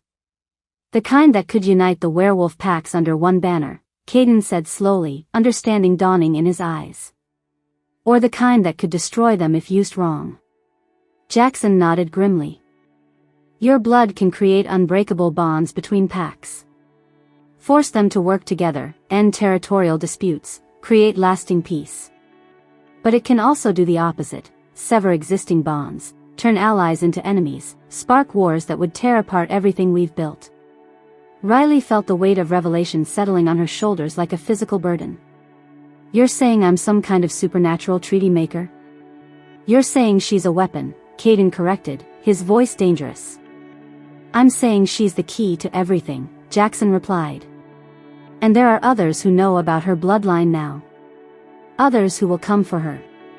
What others? Caden demanded. Jackson hesitated, then pulled out another document. The vampire covens. The Fae courts. Even some of the witch circles. Word is spreading that the Silver Moon bloodline has resurfaced. They're all going to want her. To use her, Riley said bitterly. Just like you too. That's not, Jackson started. Isn't it? Riley slammed the journal shut. You rejected me when you thought I was broken. Now you discover I have some mystical bloodline and suddenly you want me back. And you, she turned to Caden, you marked me to unlock my power, but this explains why you really sought me out, doesn't it? It wasn't just about getting close to Jackson. It was about this. Caden's silence was answer enough. Riley stood abruptly, pacing to the window. The mate bond thrummed with Caden's guilt and Jackson's desperation, but she pushed both emotions away. She needed to think clearly. Tell me about my parents, she said without turning around. The real story. Jackson cleared his throat. According to the documents, your mother Madeline was the last alpha of the Silver Moon Pack. When the pack disbanded, she went into hiding, took a new identity. She met your father, Ethan Ashwood, and they settled in Moonridge territory. Why Moonridge? Because my grandfather offered them protection. He knew what Madeline was, knew the power she carried. He thought having the Silver Moon bloodline in his pack would give Moonridge an advantage. But something went wrong, Caden said, his voice flat. Jackson nodded. My father found out about Madeline's true identity when you were born. Your birth triggered something, awakened abilities in your mother that she'd kept dormant for years. My father saw it as a threat. So he killed them, Riley said quietly. He ordered their deaths, yes. But it wasn't random violence. Jackson's voice was barely above a whisper. He was afraid that if other packs learned about your bloodline, they'd try to take you. Use you against Moonridge. Instead, he just eliminated the problem, Caden growled. He thought he was protecting the pack. He didn't know. Jackson trailed off. Didn't know what? Riley turned back to face them. He didn't know that Caden's family had figured out who you were. That they were planning to protect you. The room went deadly quiet. Riley felt Caden's shock through the mate bond, followed quickly by a rage so intense it made her stagger. My family died protecting her? Caden's voice was barely controlled. Jackson nodded miserably. Your father had been secretly working with mine to keep Riley safe. When my father decided to eliminate the threat, your father tried to stop him.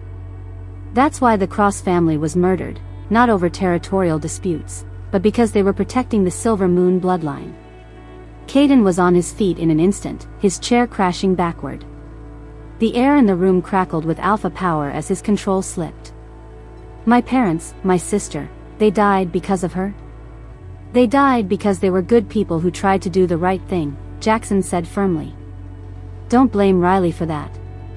But Riley could feel Caden's emotions through the bond, confusion, betrayal, and underneath it all, a love he didn't want to feel warring with a resentment he couldn't help. The mate mark on her neck burned as his turmoil crashed over her. I need air, she said, heading for the door. Riley, wait, both men said simultaneously. She paused in the doorway, looking back at them. Jackson with his desperate hope, Caden with his complex mix of love and pain.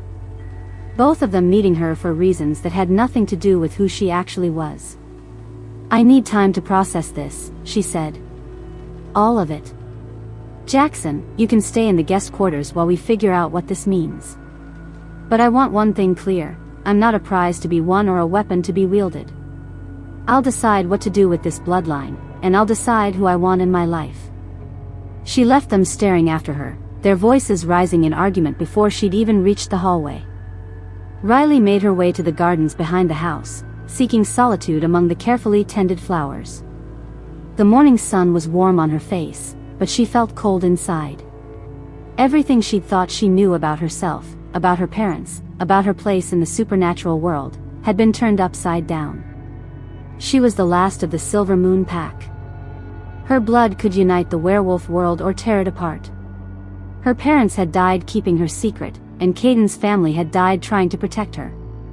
And now two of the most powerful alphas in the region were both claiming they needed her, wanted her, would protect her, but for how much of it was really about her, and how much was about what she represented?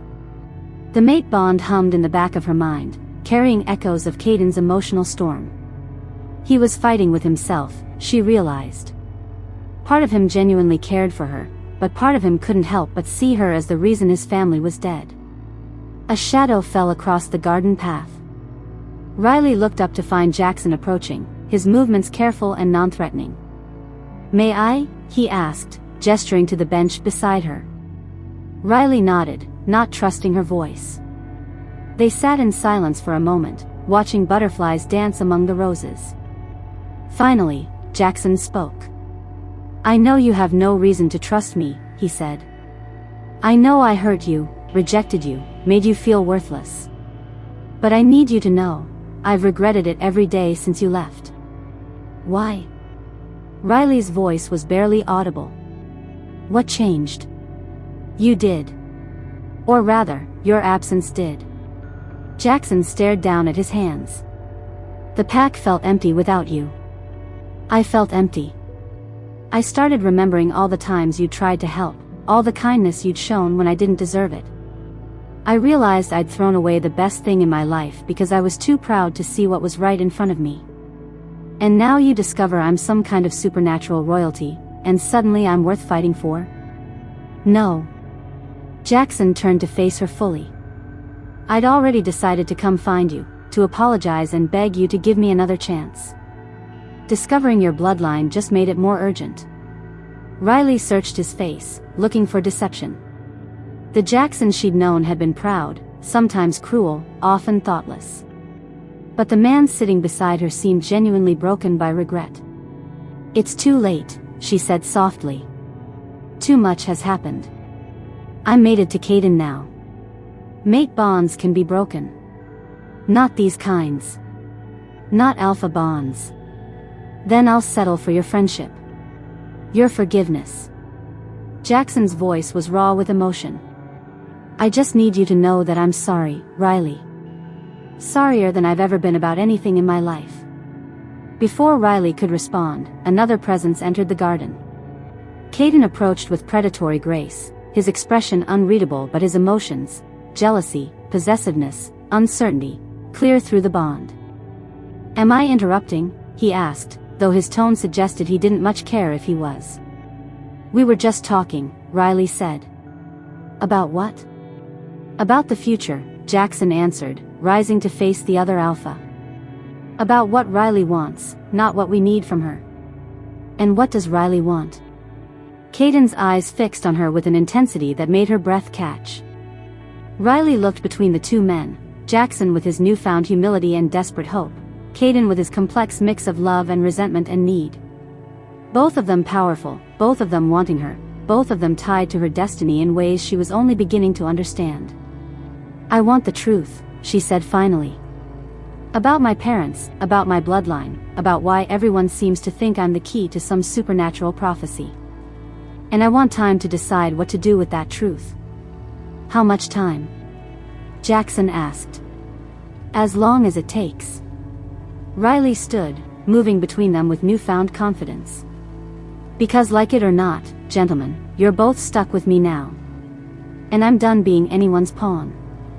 The Silver Moon bloodline might make her powerful, but Riley was beginning to realize that her real strength had always come from within. Now she just had to figure out how to use it. Chapter 6. Riley stared at the photograph in her trembling hands, her world tilting on its axis for the second time in as many days. "This can't be right," she whispered. Ethan Steele, Caden's beta, looked uncomfortable as he shifted in his chair across from her. They were in Caden's study, late afternoon sun streaming through the windows, but Riley felt like she was drowning in darkness. "I'm afraid it is," Ethan said gently. "We ran the background checks after Jackson's visit yesterday. Your adoptive father, Ethan Ashwood, wasn't just some random pack member who took you in. He was beta to Jackson's father. His most trusted advisor." The photograph showed two men standing together, both young and proud in their pack uniforms. One was unmistakably Ethan Ashwood, the man Riley had called father for 16 years. The other was Sebastian Cross, Jackson's father. The date on the back read, "New Beta Ceremony, 1995. Ethan Ashwood was ordered to take you in," Caden continued from where he leaned against his desk. His voice was carefully neutral, but Riley could feel his controlled anger through the mate bond. "Your adoption wasn't an act of kindness. It was an assignment." Riley set the photograph down with shaking hands. "He loved me. My parents loved me. They died protecting me." From a car accident that was meant to look random, Ethan Steele interrupted softly. But the brake lines had been cut. Someone found out Ethan Ashwood was harboring the Silver Moon heir, and they eliminated the threat. "Who?" The word came out as barely more than a whisper. "We don't know yet." "But Riley..." Caden pushed off from the desk, moving closer. "There's more. I can't." Riley stood abruptly, pacing to the window. "I can't handle any more revelations right now. My entire life has been a lie. Everyone I trusted, everyone I loved." Jackson knew. The words hit her like a physical blow. Riley spun around, certain she'd misheard. "What did you say?" "Jackson knew who you were." Caden's expression was grim. "We found correspondence between his father and yours. Sebastian Cross told his son about your true identity when Jackson turned 18. Riley's legs gave out. She sank into the nearest chair, her mind reeling. "He's known for 5 years?" 5 years, And he never said anything? According to the letters, he was ordered to keep you at arm's length. To reject any romantic advances, to make sure you never got close enough to trust him with secrets that could get you killed. The rejections, Riley breathed. All 7 times. Were his way of protecting you, Ethan's steel finished. Twisted as it was, he thought if he made you hate him, you'd be safer. Riley felt sick. Every cruel word, every public humiliation, every moment she'd felt worthless and broken, it had all been an act. Jackson had known exactly who she was and had chosen to hurt her rather than trust her with the truth. "Where is he?" she asked, her voice deadly quiet. "In the guest quarters," Caden said. "Riley, I know you're angry." "Angry?" Riley laughed, a bitter sound that echoed off the walls. "I'm furious. The building shook. It was subtle at first, just a tremor that made the windows rattle. Then it happened again, stronger this time, accompanied by a sound that made Riley's blood freeze. Howls. Dozens of them, rising from the forest surrounding the house. Caden was moving before the sound faded, his phone already in his hand. "This is Alpha Cross. Report." Riley heard the tinny voice of whoever was on the other end, but couldn't make out the words. Caden's expression grew increasingly grim as he listened. "How many?" he snapped. A pause. "No, hold position. Do not engage until I give the order." He hung up and turned to Riley and Ethan. "We're under attack. Approximately 50 wolves approaching from the north and east. Unknown pack." "Morrison?" Ethan asked. "No. These aren't Morrison wolves." Caden's voice was flat. "The scouts say they're wearing crimson bands. Pack markings they don't recognize." Riley felt ice form in her veins. "Crimson Fang." Both men stared at her. "You know this pack?" Caden demanded. "No, but..." Riley closed her eyes, trying to remember something that felt like a half-forgotten dream. "When I was little, my mother, my adoptive mother, used to have nightmares. She'd wake up screaming about wolves with red eyes and crimson markings. She said they were the hunters who never stopped, never gave up. The Crimson Fang pack was disbanded 20 years ago," Ethan said. "They were rogues, mercenaries. They worked for whoever paid the most. Apparently they're back," Caden said grimly. "And they're here for Riley." Another howl rose from the forest, closer this time. Riley could hear the sounds of her new pack mobilizing, running feet, shouted orders, the metallic click of weapons being readied. "Get her to the safe room," Caden ordered Ethan. "No." Riley's voice was firm. "I'm not hiding while people fight for me." "Riley." "I said no, Caden. I'm done being protected. I'm done being kept in the dark." She moved toward the door. "If they want me, they're going to have to go through me." "You don't understand," Caden caught her arm. "These aren't just any mercenaries. The Crimson Fang pack was known for taking contracts that other rogues wouldn't touch. They're killers, Riley. Professional killers. Then it's a good thing I'm an alpha." Before Caden could argue further, the front door burst open. Jackson stumbled in, blood streaming from a gash on his forehead, his clothes torn. "They're here," he gasped. "They hit the perimeter guards first. Took them out silently, efficiently." His eyes found Riley. "They're not here to negotiate. They're here to take you." "How many made it past the perimeter?" Caden demanded, his personal feelings about Jackson set aside in the face of immediate threat. "At least 20 that I saw. But there are more coming." Jackson wiped blood from his eyes. "They've been planning this for a while. They know your patrol routes, your defensive positions. Someone's been feeding them information." "A traitor," Ethan said grimly. "We'll deal with that later." Caden was already moving, pulling weapons from a hidden cabinet. "Right now we need to." The lights went out. Emergency lighting kicked in a moment later, bathing everything in an eerie red glow. Through the windows, Riley could see fires burning in the distance, the pack house's outer buildings. They cut the power, Jackson said. Standard siege tactics. A new sound reached them, breaking glass from somewhere deeper in the house. They were inside. Jackson, can you fight? Caden asked, tossing him a silver-bladed knife. Try to stop me. Good. Ethan, coordinate with the pack. I want every available wolf protecting the main house. Caden turned to Riley. You're staying close to me. Caden. This isn't up for debate. They moved as a unit through the house, following the sounds of combat. Riley could hear snarls and screams, the crash of furniture being destroyed, the wet sound of claws meeting flesh. Her wolf, Vera, was restless beneath her skin, demanding to be released. The power she discovered during the rogue attack 3 days ago thrummed through her veins, begging to be used. They reached the main living area to find chaos.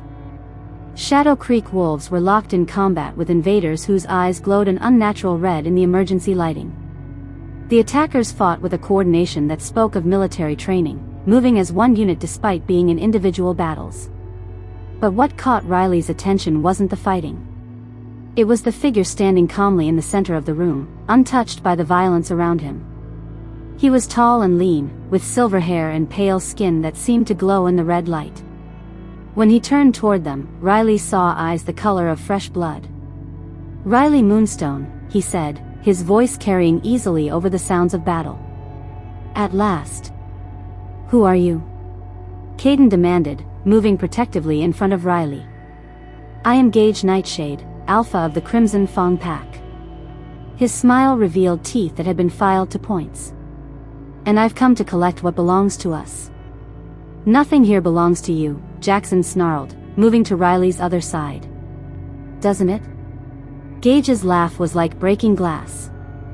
Tell me, young Blackthorn, did you really think your father's secrets died with him? Did you think we didn't know about the little silver moon princess you've been hiding? Riley felt cold realization wash over her.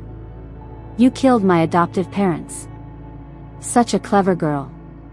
Yes, I ordered their deaths. Ethan Ashwood was getting careless, asking too many questions about your bloodline. He was going to expose you before we were ready. Ready for what? Caden's voice was deadly quiet. For the ritual, of course. Gage's eyes fixed on Riley with an intensity that made her skin crawl. The Silver Moon bloodline doesn't just create treaties, Alpha Cross. In the right hands, with the right ceremony, it can control every supernatural being within a 1,000-mile radius. Force them to obey, to serve, to die if necessary. The fighting around them seemed to slow as Gage's words sank in. Riley felt sick as she understood the implications. You want to turn me into a mind control device, she said. I want to use your gifts to unite all the supernatural communities under my leadership. Think of it, no more petty territorial disputes, no more wars between species. Just peace under one ruler. Peace through slavery, Jackson spat. Peace through order. Gage's smile widened. But first, we need to unlock the full extent of her abilities. And that requires, well, let's call it intensive training. Over my dead body, Caden growled. That can be arranged. Gage raised his hand, and the Crimson Fang wolves stopped fighting. They formed a circle around the room, trapping Riley and her defenders in the center. Riley counted at least 15 of them, all with those unnatural red eyes, all radiating a wrongness that made her wolf recoil. You have a choice, Riley, Gage continued conversationally. Come with us willingly, and your friends live. Resist, and watch them die slowly. Don't listen to him, Caden said urgently. We can fight our way out of this. Can you? Gage laughed. Look around, Alpha Cross. Your pack is outnumbered, outgunned, and fighting an enemy they don't understand. How many of them will die for your pride? As if to punctuate his words, a Shadow Creek wolf screamed from somewhere deeper in the house. Riley flinched at the sound. Stop this, she said. Just stop. What do you want me to do? Riley, no, Jackson caught her arm. You can't trust him. I can't watch people die for me either. How noble, Gage purred. But I'm afraid it's too late for noble gestures. You see, we've been manipulating this situation for months. Every move you've made, every decision, has been part of our plan. What are you talking about? Caden demanded. The rogue attacks that drove Riley into neutral territory. The convenient appearance of Alpha Cross at just the right moment. Even young Blackthorn's sudden appearance here with revelations about her bloodline. Gage's smile was triumphant. All orchestrated to bring her to this point, to awaken her powers and gather her potential mates in one place. Riley felt the world shift beneath her feet. You're saying none of it was real? Oh, the emotions are real enough. The mate bond, the romantic tension, the conflicted loyalties, all genuine. But the circumstances that created them? Those were carefully crafted. You're lying, Caden snarled. Am I? Tell me, Alpha Cross, how did you know exactly where to find Riley in neutral territory? How did you know she would be there at precisely the right moment? Caden's silence was damning. And you, Jackson Crossfield, Gage continued.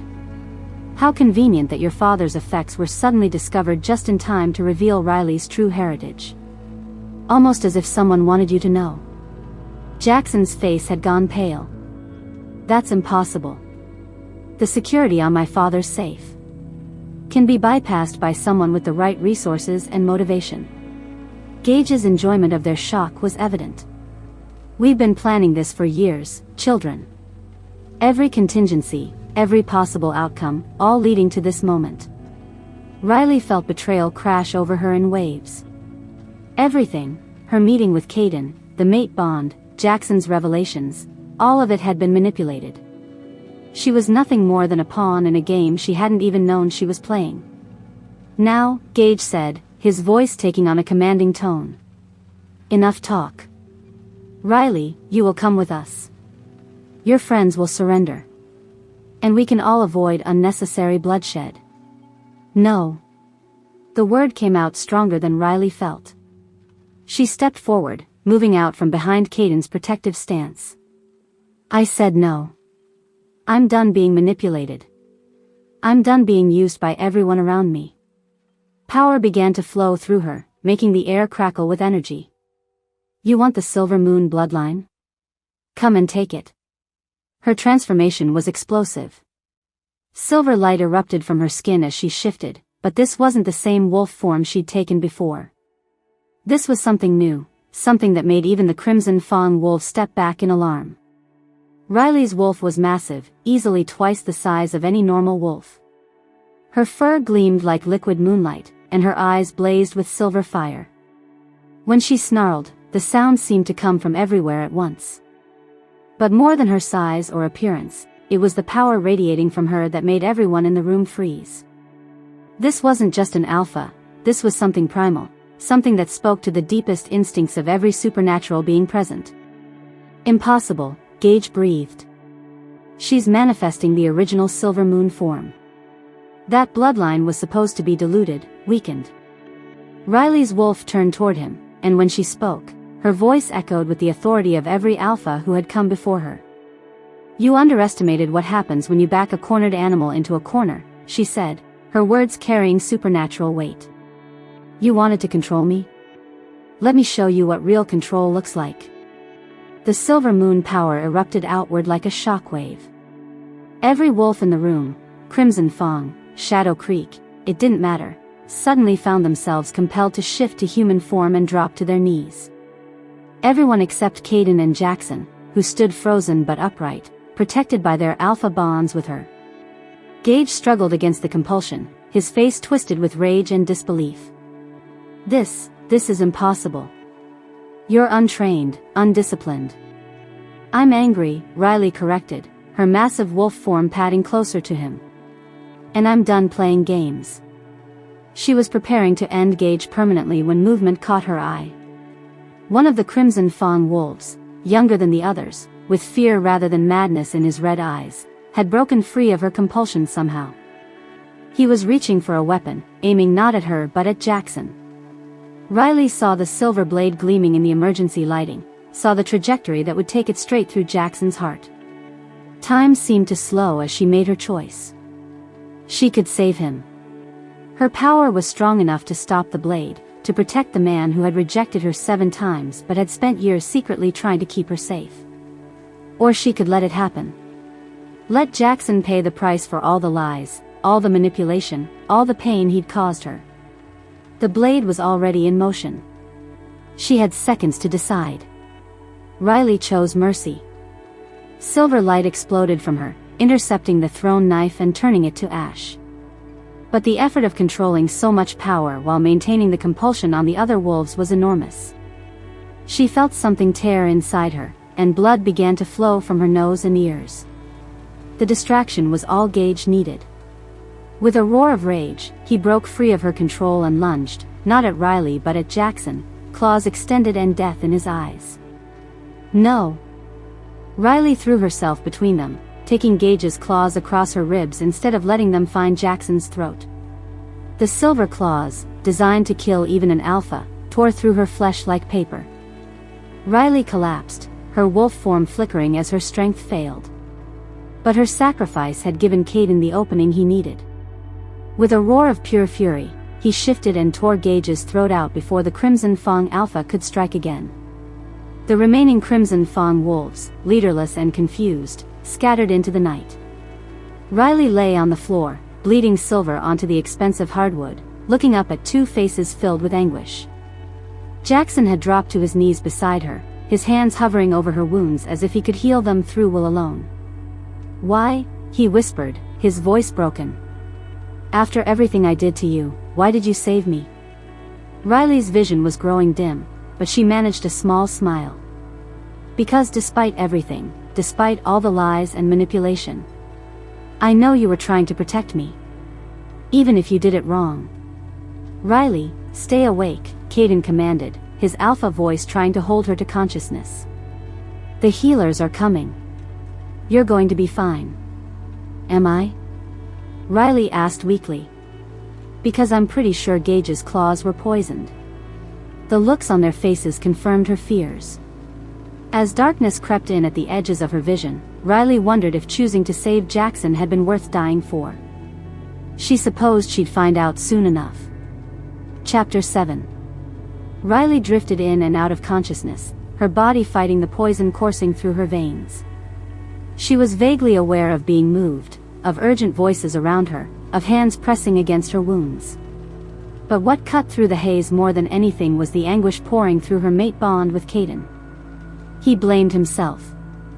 She could feel it like a physical weight, his guilt, his rage, his desperate fear that he was going to lose her. The emotions were so intense they actually helped anchor her to consciousness.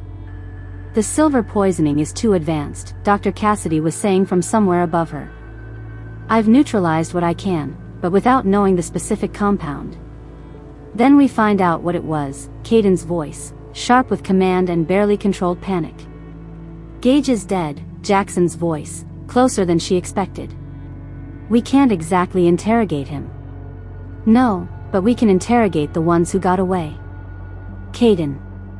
Ethan Steele's voice, calm and steady as always. The pack needs their Riley alive," Caden snarled. "Everything else is secondary." Riley tried to open her eyes, tried to speak, but her body wouldn't obey.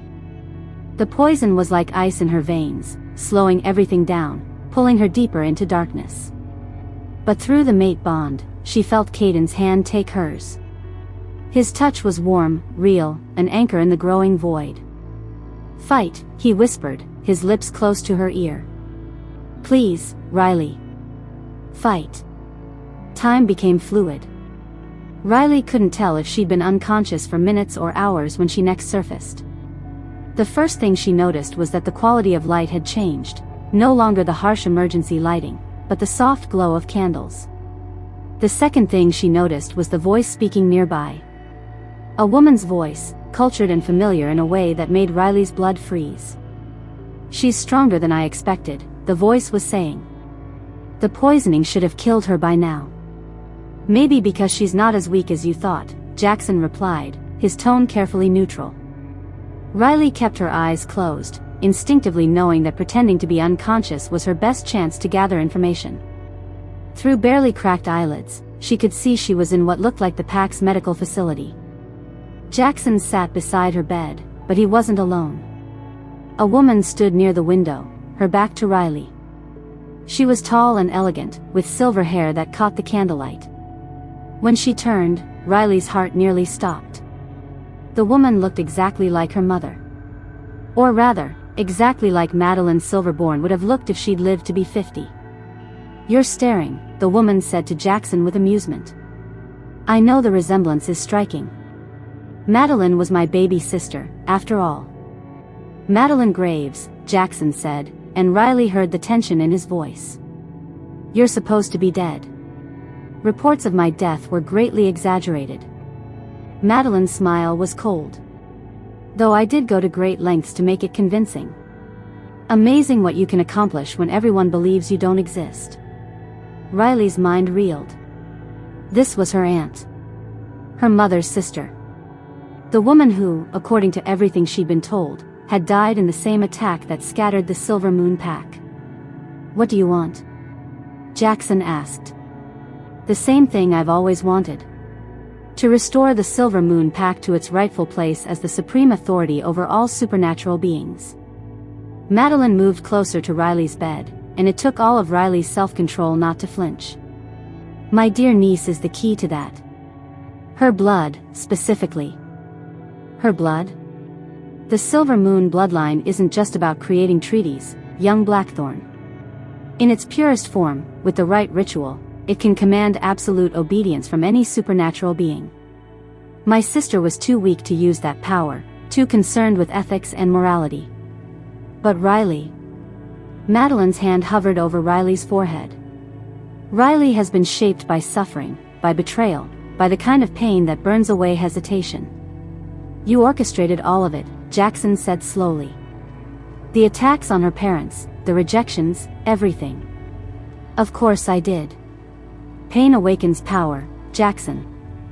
I needed Riley strong enough to survive the ritual, angry enough to want revenge, and isolated enough to trust the wrong people. Like Caden." Madeline laughed, a sound like breaking crystal. "Oh, Caden was never the wrong person to trust. He's exactly what I needed him to be, a powerful alpha whose mate bond would unlock Riley's dormant abilities. The timing had to be perfect, you see. Too early, and she wouldn't have been strong enough. Too late, and she might have learned to control her power. So you manipulated him too." "I manipulated everyone." "Did you really think it was coincidence that Ethan Steele became Caden's beta? That he was always there to offer advice, to guide decisions, to ensure things developed exactly as I needed them to?" Riley's blood turned to ice. "Ethan. Caden's most trusted advisor, his closest friend. The man who'd been by his side for 15 years. Ethan is your spy," Jackson said, understanding dawning in his voice. "Ethan is my son," Madeline corrected. "My eldest child, placed in Shadow Creek Pack when he was barely 20. He's been very useful over the years." The betrayal hit Riley like a physical blow. Ethan, who'd welcomed her warmly to the pack. Who'd given her advice about navigating her new role. Who'd warned her about getting too close to Caden, not out of concern for the revenge plan, but to keep her isolated and vulnerable. "Where is he now?" Jackson asked. "Ensuring that Alpha Cross is indisposed. The mate bond makes Riley difficult to control while he's conscious and fighting for her. But Ethan has been adding a little something to Caden's food for weeks now. Nothing fatal, just something to weaken his wolf, make him more susceptible to influence. Poison." Madeline had been poisoning Caden slowly, systematically, through the person he trusted most. Riley wanted to scream, wanted to tear Madeline apart with her bare hands, but she forced herself to remain still. "You're insane," Jackson said flatly. "I'm ambitious. There's a difference." Madeline moved away from the bed, pacing to the window. "For too long, the supernatural world has been fractured, chaotic. Vampires fighting werewolves, fae playing their games, witches hoarding their secrets. We could accomplish so much more working together. Under your control. Under proper leadership. My leadership. Madeline's voice grew passionate. Imagine it, Jackson. No more territorial disputes. No more species wars. Just order, progress, evolution. Slavery. Structure. Madeline's tone sharpened. And speaking of structure, you have a choice to make. You can help me complete the ritual willingly, or I can have Ethan kill Caden and take Riley by force. Either way, the outcome is the same. What makes you think I'd help you? Because despite everything, you care about her. And because you know that if you cooperate, I might let both her and Caden live after the ritual is complete. Might? The Silver Moon ritual requires a sacrifice. Traditional, it would be Riley herself. Her death would release all that stored power for me to claim. But I found a way to modify the process. Instead of killing her, I can drain most of her power while leaving her alive. Diminished, but breathing. And the sacrifice? Madeline's smile was predatory. One of her mates will do nicely. The mate bond contains tremendous power. Severing it violently releases energy that can fuel the ritual. Riley's heart clenched. Madeline was planning to kill either Caden or Jackson, not just for their power, but to break Riley emotionally. To ensure she was too devastated to fight back effectively. You have until dawn to decide, Madeline continued. Help me, and I'll make it quick for whichever one you choose. Refuse, and I'll make sure they both suffer before they die. Madeline headed for the door, then paused. Oh, and Jackson? In case you're thinking of playing hero, my son has been very thorough. Caden is currently locked in his own safe room, too weak from the poison to break free.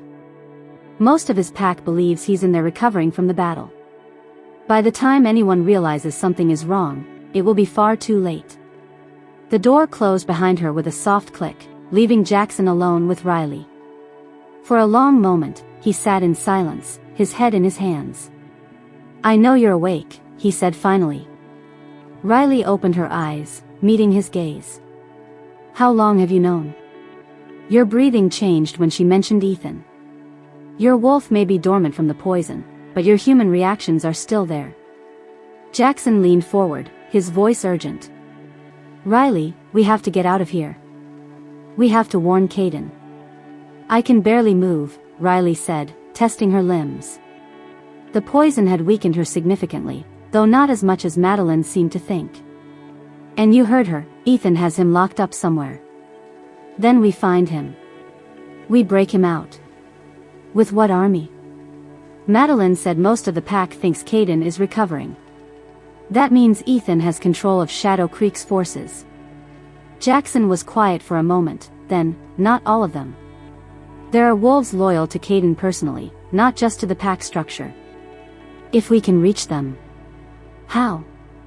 I can barely stand, and you don't exactly have allies here. I have one. Jackson stood, moving to the medical supply cabinet. Dr. Cassidy isn't pack. She's a contract healer, brought in specifically to treat you. She has no loyalty to Ethan. As if summoned by her name, Dr. Cassidy appeared in the doorway. She was a small woman with silver-streaked hair and intelligent eyes that immediately assessed the situation. How much did you hear? Jackson asked. Enough to know that Ethan Steele isn't who I thought he was, she replied grimly. I've been wondering why he kept insisting on administering Alpha Cross's medication personally. Now I know. Can you help us? Riley asked. Dr. Cassidy moved to Riley's bedside, checking her pulse and the bandages over her wounds. The poison in your system is complex, but not fatal if treated properly. I can give you something to counteract the worst effects, but you'll still be weakened. How weakened? You won't be shifting anytime soon. And your Silver Moon abilities are completely suppressed until the toxin clears your system. Riley nodded. She'd expected as much. What about Caden? If Ethan has been poisoning him slowly, the effects would be cumulative. Weakness, confusion, suppressed wolf abilities. But unlike yours, his poisoning has been going on for weeks. Even if we stop it now, he might not recover fully, Riley finished. Not without the antidote. And I'm guessing Madeline isn't going to share that formula. Jackson paced to the window, looking out at the pack grounds. There's something else. Madeline said the ritual requires a sacrifice, one of Riley's mates. But Riley isn't mated to me. No, but you've been in love with her for years, Dr. Cassidy said matter-of-factly. Sometimes emotional bonds can be as strong as mystical ones, especially where the Silver Moon bloodline is concerned. So Madeline can use either of you, Riley said slowly. Which means she has backup plans. Even if we save Caden, she can still complete the ritual with Jackson. Unless we stop her first. How? She has Ethan controlling the pack, she has Caden imprisoned, and she's had years to plan this. We have, what? A few hours and whatever allies we can scrape together? Dr. Cassidy spoke up quietly. You have more than you think. Madeline may have planned for many contingencies, but she made one crucial mistake. Which is? She assumed that Ethan's loyalty to her was absolute. But I'd been watching him for weeks, ever since the inconsistencies in his behavior started bothering me. He's conflicted, Riley. Torn between the mother who raised him and the alpha who's become his friend. You think he might turn against her? I think he's already starting to question her methods. The way he looked when he brought Caden's medication tonight, that wasn't the expression of a man comfortable with what he was doing. Hope flickered in Riley's chest. So we turn him. Convince him to help us instead of her. It's risky, Jackson warned. If we're wrong, if his loyalty to Madeline is stronger than we think, then we're dead anyway, Riley finished. At least this way, we have a chance. Dr. Cassidy moved to her medicine cabinet, pulling out several vials. I'm going to give you something for the poison, and a stimulant that should help with the weakness. But Riley, whatever you're planning, you need to be careful. Your body has been through tremendous trauma. Push too hard, and you could cause permanent damage. Noted. Riley accepted the offered medications, downing them quickly despite their bitter taste. How long until they take effect? 20 minutes for the stimulant, longer for the poison antidote. Then we wait. Riley looked between Jackson and Dr. Cassidy. And we plan. Because when dawn comes, Madeline is going to discover that the Silver Moon bloodline is more trouble than she bargained for. As they huddled together, planning their desperate gambit, none of them noticed the shadow that passed by the window. Or the way it paused, as if listening, before disappearing into the night. Ethan Steele stood in the darkness outside the medical facility, his hand pressed against the wall, his heart heavy with the weight of choices that had seemed so clear 20 years ago. He'd been young when his mother had recruited him, angry at a world that had taken his father and left his family struggling to survive. Madeline's vision of a united supernatural world had seemed like the answer to everything. But 20 years of watching Caden Blackthorne, of seeing the man's honor, his loyalty to his pack, his genuine care for those under his protection, had changed Ethan. The alpha he'd been sent to spy on had become the best friend he'd ever had. And now Madeline wanted him to help kill that friend for the sake of power Ethan was no longer sure he wanted. The choice before him was simple in its complexity: betray the mother who'd raised him, or betray the man who'd become a brother. Either way, someone he loved was going to die. Ethan Steele disappeared into the shadows, knowing that dawn would bring consequences none of them were prepared for. Chapter 8. The stimulant Dr. Cassidy had given Riley was working faster than expected. Within 15 minutes, she could feel strength returning to her limbs, though the poison's effects still made her movements sluggish and uncoordinated.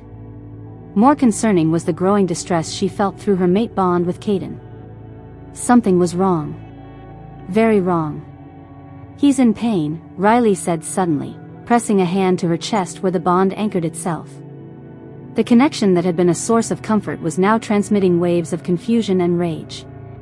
The poison, it's affecting him differently than Madeline said. Jackson looked up from where he'd been studying the pack house blueprints Dr. Cassidy had provided. What do you mean? She said it would make him weak, docile.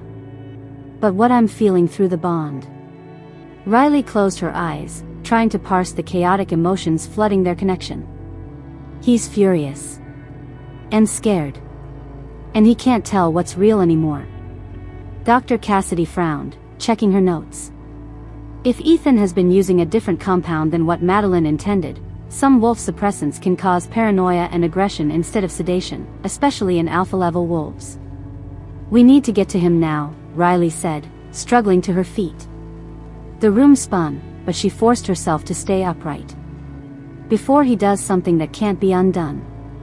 Riley, you're still too weak, Jackson started. A roar of pure rage echoed from somewhere deep in the pack house, so loud and full of fury that the windows rattled. It was followed by the sound of something heavy crashing through walls. That's Caden, Riley said, her heart clenching. Through the bond, she could feel his wolf fighting for control, his human mind fracturing under the influence of whatever Ethan had been feeding him. He's broken out. They ran through the corridors of the pack house, following the sounds of destruction. Riley had to lean on Jackson for support, her body still not responding properly, but the desperation to reach Caden drove her forward. They found him in the main hall, and Riley's heart broke at the sight. Caden stood in the center of the room in his partial shift, not fully wolf, but not human either. His claws were extended, his teeth elongated, and his eyes glowed with an unnatural light that spoke of a mind no longer entirely his own. The expensive furniture around him was in ruins, and deep gouges in the walls showed where his claws had raked stone. Ethan stood near the far wall, his face a mask of anguish. Caden, please. You need to calm down. Let me help. Help? Caden's voice was barely recognizable, more growl than words. You've been poisoning me for weeks. Lying to my face while you slowly drove me insane. I never wanted it to go this far, Ethan said desperately. The compound was supposed to be mild, just enough to make you more suggestible. But something went wrong. Everything went wrong. Caden roared, lunging forward. Ethan barely managed to dodge the claws that would have taken his head off. Caden.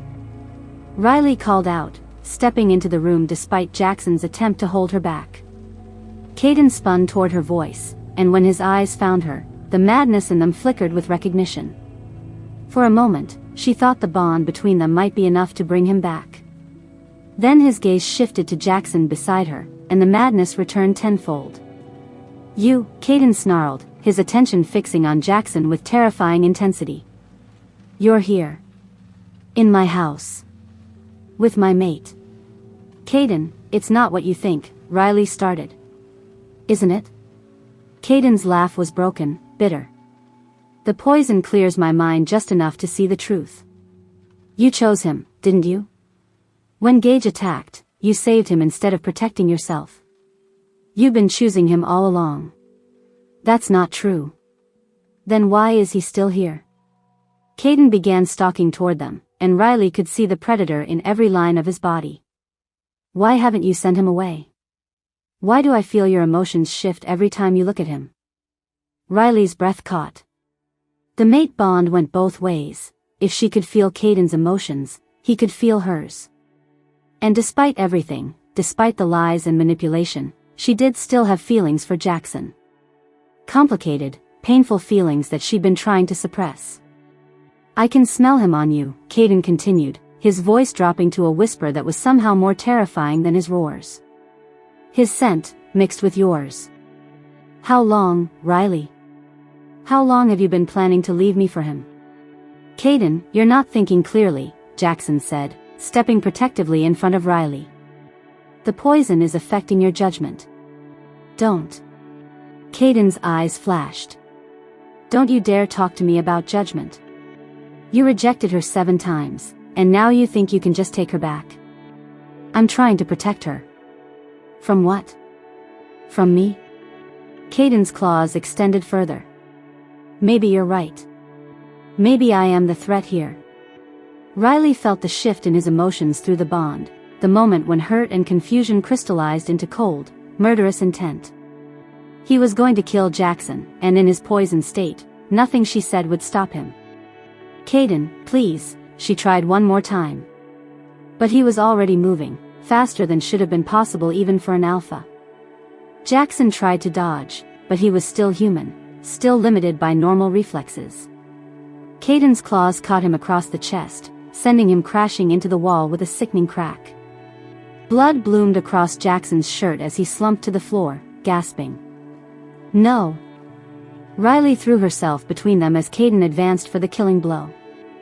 Stop. If you hurt him, you'll hate yourself when the poison clears. Will I? Caden's claws hovered inches from her throat. Or will I finally be free of the competition?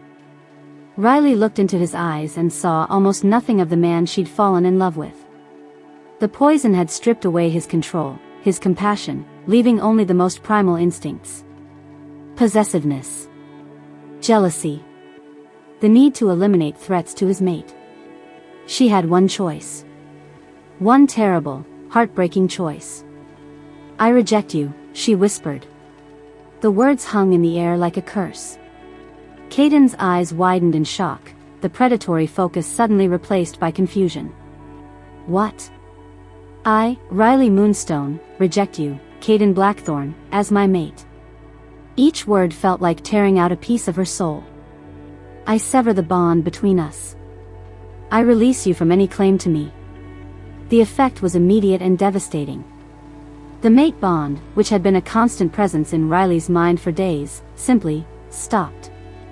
The connection that had allowed her to feel Caden's emotions, that had shared their strength and power, vanished like it had never existed. Riley collapsed to her knees as the loss hit her. It felt like losing a limb, like having part of her heart carved out with a rusty knife. The silver moon power that had been amplified by their bond flickered and died, leaving her feeling smaller, weaker, more alone than she'd ever been. Caden staggered backward, his own face reflecting the same devastating loss. The poison madness cleared from his eyes, replaced by horror as he realized what had just happened. Riley, no, he breathed. What have you done? What I had to do, Riley said, her voice barely audible. To save his life. To save you from becoming a murderer. But the bond, it can't be restored once it's rejected. You know that, right? We can never. I know. Riley forced herself to look at him, memorizing his face one last time. I know what I've given up. Caden dropped to his knees beside her, reaching out as if to touch her face, then stopping when he realized he no longer had that right. The poison made me crazy. I wasn't thinking clearly. It doesn't matter, Riley said firmly. What matters is that Jackson is alive. What matters is that you're not a killer. Behind them, Jackson struggled to sit up, one hand pressed to his bleeding chest. Riley, you didn't have to. Yes, I did. Riley's voice was getting stronger, even as her power continued to ebb. And now we have bigger problems. Without the mate bond, I'm defenseless. Madeline will know what I've done within minutes.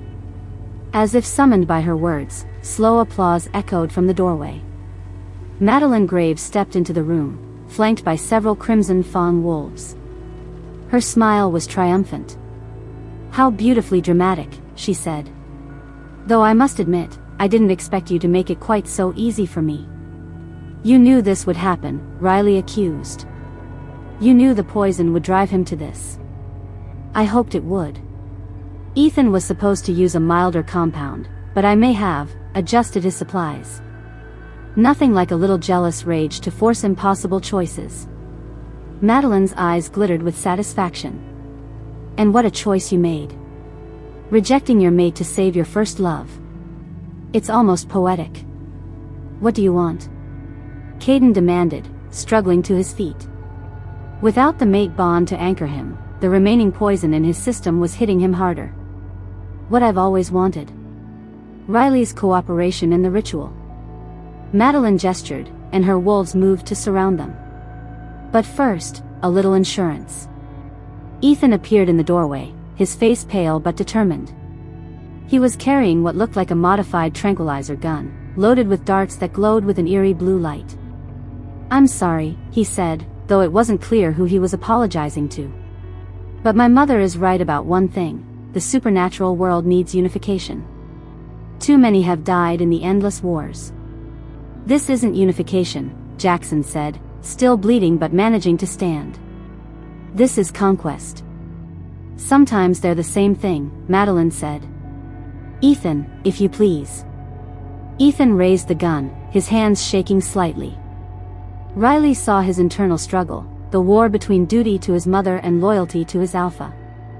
For a moment, she thought he might refuse. Then his expression hardened, and he pulled the trigger. The dart hit Riley in the shoulder, and immediately she felt a new kind of poison flooding her system. Not the silver toxin from Gage's claws, but something that felt like liquid exhaustion. Her legs gave out, and darkness crept in at the edges of her vision.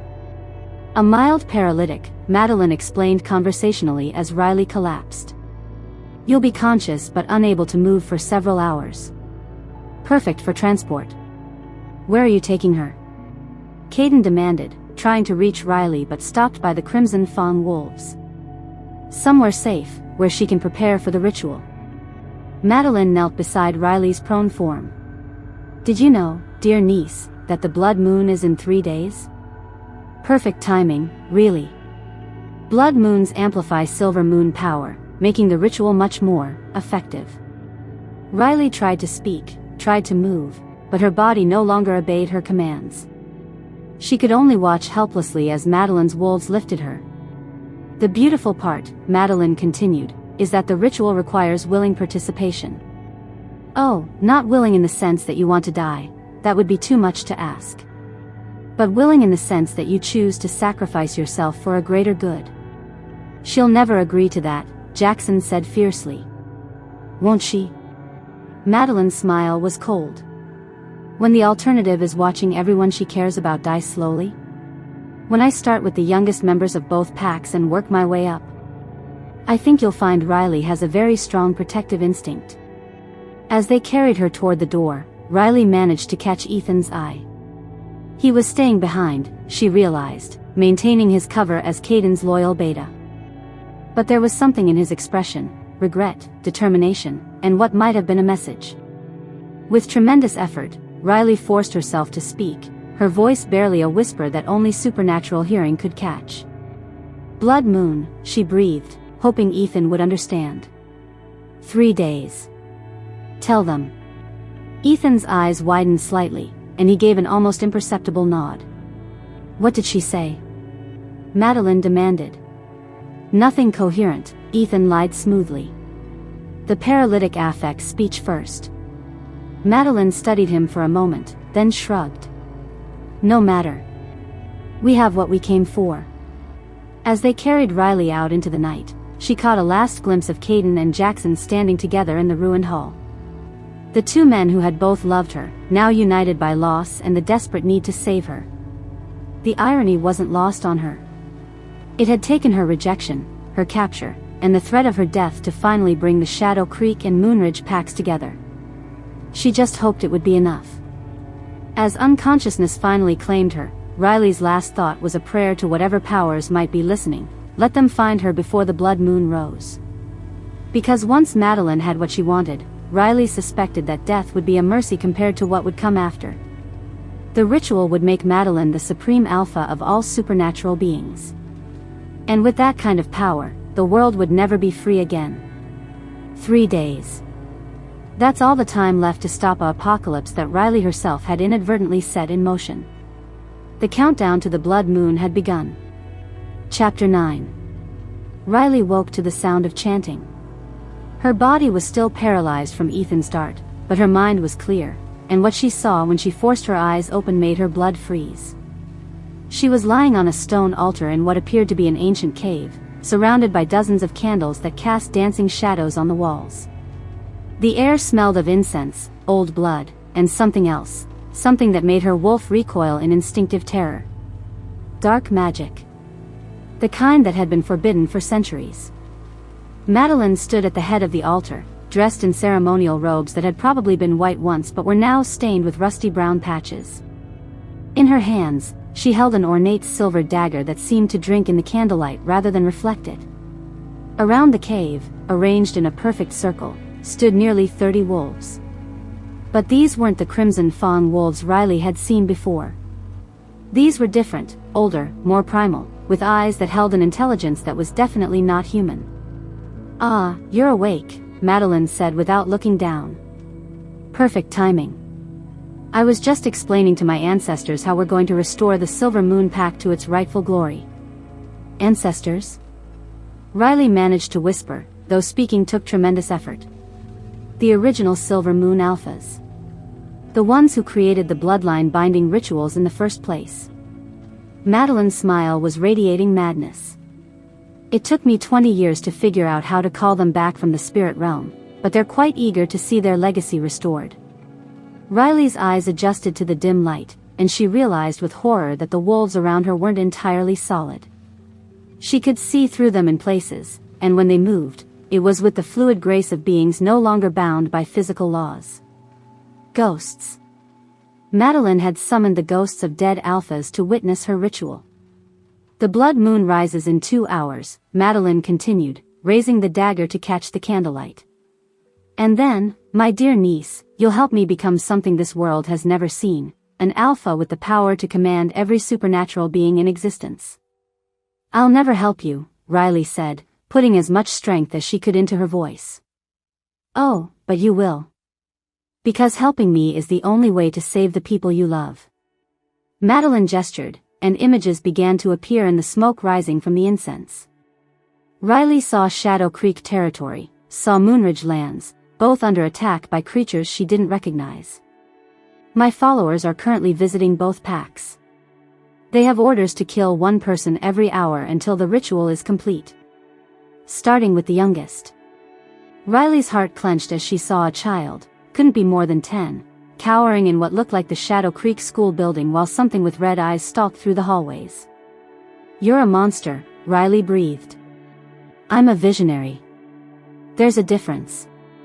Madeline set the dagger down and began arranging other items on a smaller altar nearby, bowls, vials of various liquids, and what looked suspiciously like more human remains. "But I wasn't always. Once upon a time, I believed in your mother's naive ideals about cooperation and harmony. My mother was a good person. Your mother was a fool who got our entire pack killed because she couldn't make the hard choices." Madeline's voice hardened. "Do you want to know what really happened that night? The night our parents died?" Despite herself, Riley found herself listening. "Madeline, your mother, had discovered that someone was hunting Silver Moon descendants. Killing them one by one, trying to wipe out our bloodline completely. She wanted to go into hiding, to scatter what was left of our pack to the winds." Madeline began mixing substances in one of the bowls, and the smell that arose made Riley's eyes water. "I wanted to fight back. To use our power to crush whoever was threatening us. So you betrayed her. So I made a deal." Madeline's hands stilled. "I contacted Sebastian Cross and told him where to find Madeline and Ethan. In exchange, he promised to protect me and help me rebuild the Silver Moon Pack under my leadership." The confession hit Riley like a physical blow. Her aunt, her own blood, had sold out her parents for power. "But Sebastian double-crossed me," Madeline continued bitterly. "He killed Madeline and Ethan, but then he tried to kill me too. Apparently, he decided that no Silver Moon bloodline was safer than a controlled one. So you killed him in revenge." "Eventually. It took years of planning, but yes. I arranged for Sebastian's death, and I made sure it looked like an accident." Madeline's smile was cold. "But not before I'd learned everything he knew about suppressing Silver Moon abilities. Do you know how I kept you weak all these years, Riley?" Riley's blood turned to ice. "What?" "The tea your grandmother used to give you for your constitution. The vitamins the pack doctor insisted you take. Even the shampoo your adoptive parents bought, all of it laced with compounds designed to keep your wolf dormant." Madeline laughed at Riley's horrified expression. "I've been suppressing your power since you were a child, making sure you'd never be strong enough to challenge me when the time came." The betrayal was so complete, so thorough, that Riley could barely process it. Everyone she'd trusted, everyone who'd claimed to love her, had been part of Madeline's plan. "Why tell me this now?" Riley asked. "Why not just get on with your ritual?" "Because the ritual requires understanding. You have to know exactly what you're sacrificing and why. The old magic is very particular about consent." Madeline picked up the dagger again. "But also because I want you to understand that this is your fault." "My fault?" "If you hadn't been so weak, so pathetically desperate for acceptance, none of this would have been necessary. If you just accepted your role as my successor, learned to use your power properly, I could have achieved my goals without all this unpleasantness." Madeline gestured to the ghost wolves, who had begun to pace restlessly around the altar. Their eyes were fixed on Riley with an intensity that made her skin crawl. "But instead, you fell in love. Twice. Like your mother, you let sentiment make you weak." Madeline's voice dripped with disgust. "So now we do this the hard way." "The hard way?" "The ritual I'm about to perform doesn't just transfer your power to me. It binds your soul to mine permanently. You'll become my eternal servant, conscious but unable to disobey any command I give you. Forever." Riley felt terror claw at her throat. Death would have been a mercy compared to what Madeline was describing. But as the fear threatened to overwhelm her, Riley noticed something Madeline apparently hadn't.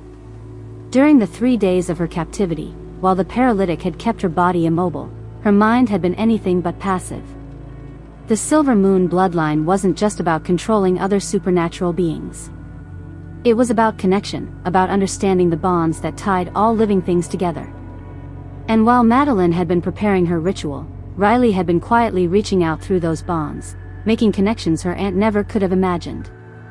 She could feel them now, thin threads of psychic energy connecting her to every wolf Madeline had hurt over the years. Caden, slowly recovering from the poison but burning with rage and determination. Jackson, coordinating with Shadow Creek wolves despite their generations of enmity. Ethan, torn between loyalty and guilt but ultimately choosing to help rather than hinder the rescue efforts. Even the ghost wolves surrounding her weren't as aligned with Madeline as they appeared. Riley could sense their confusion, their growing realization that this wasn't the restoration of their legacy they'd been promised. "You made one mistake," Riley said quietly. Madeline paused in her preparations. "Oh? And what's that?" "You think the Silver Moon power is about domination. About forcing others to obey." Riley managed to turn her head slightly, meeting her aunt's eyes. "But it's not. It's about connection. About understanding. About bringing out the best in people, not the worst. Philosophy won't save you now, child. Won't it?" Riley smiled, and for the first time since waking up on the altar, she felt hope. "Tell me, Aunt Madeline, why do you think the paralytic is wearing off so quickly?" Madeline's eyes widened. She looked down at the darts she'd used, then back at Riley, who was now able to move her fingers and toes. "Because the people who love me are coming," Riley continued, her voice growing stronger. "And when someone you're connected to is in danger, when they need you desperately enough, physical limitations become negotiable." The sound of howls echoed from outside the cave. Not the mournful cries of the ghost wolves, but the fierce, triumphant calls of living packs united in purpose. Madeline spun toward the cave entrance, her face twisting with rage. "Impossible. My followers should have stopped them.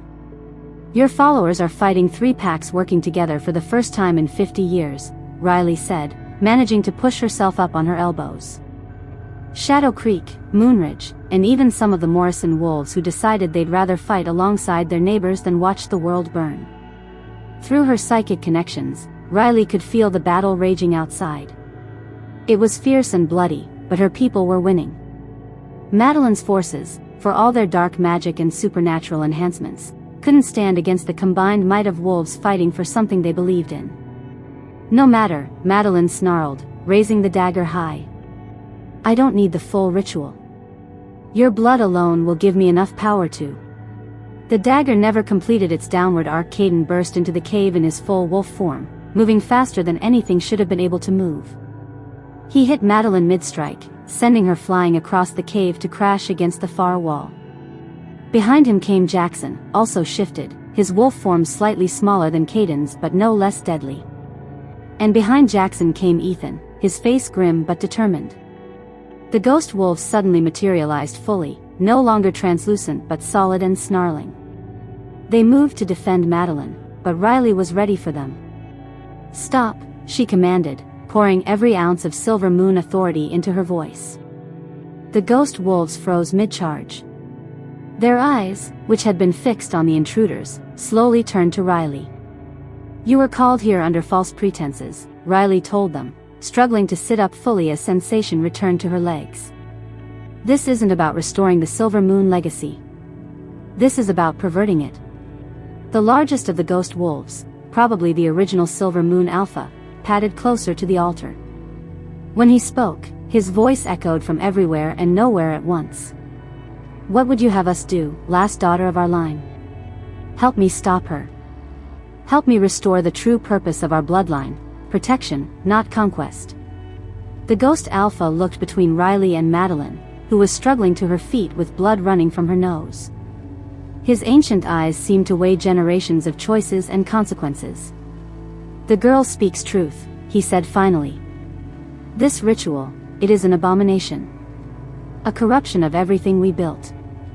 "You don't understand," Madeline gasped, wiping blood from her mouth.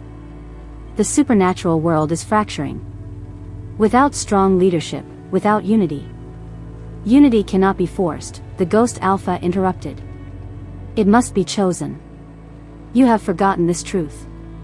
Madeline's face contorted with rage.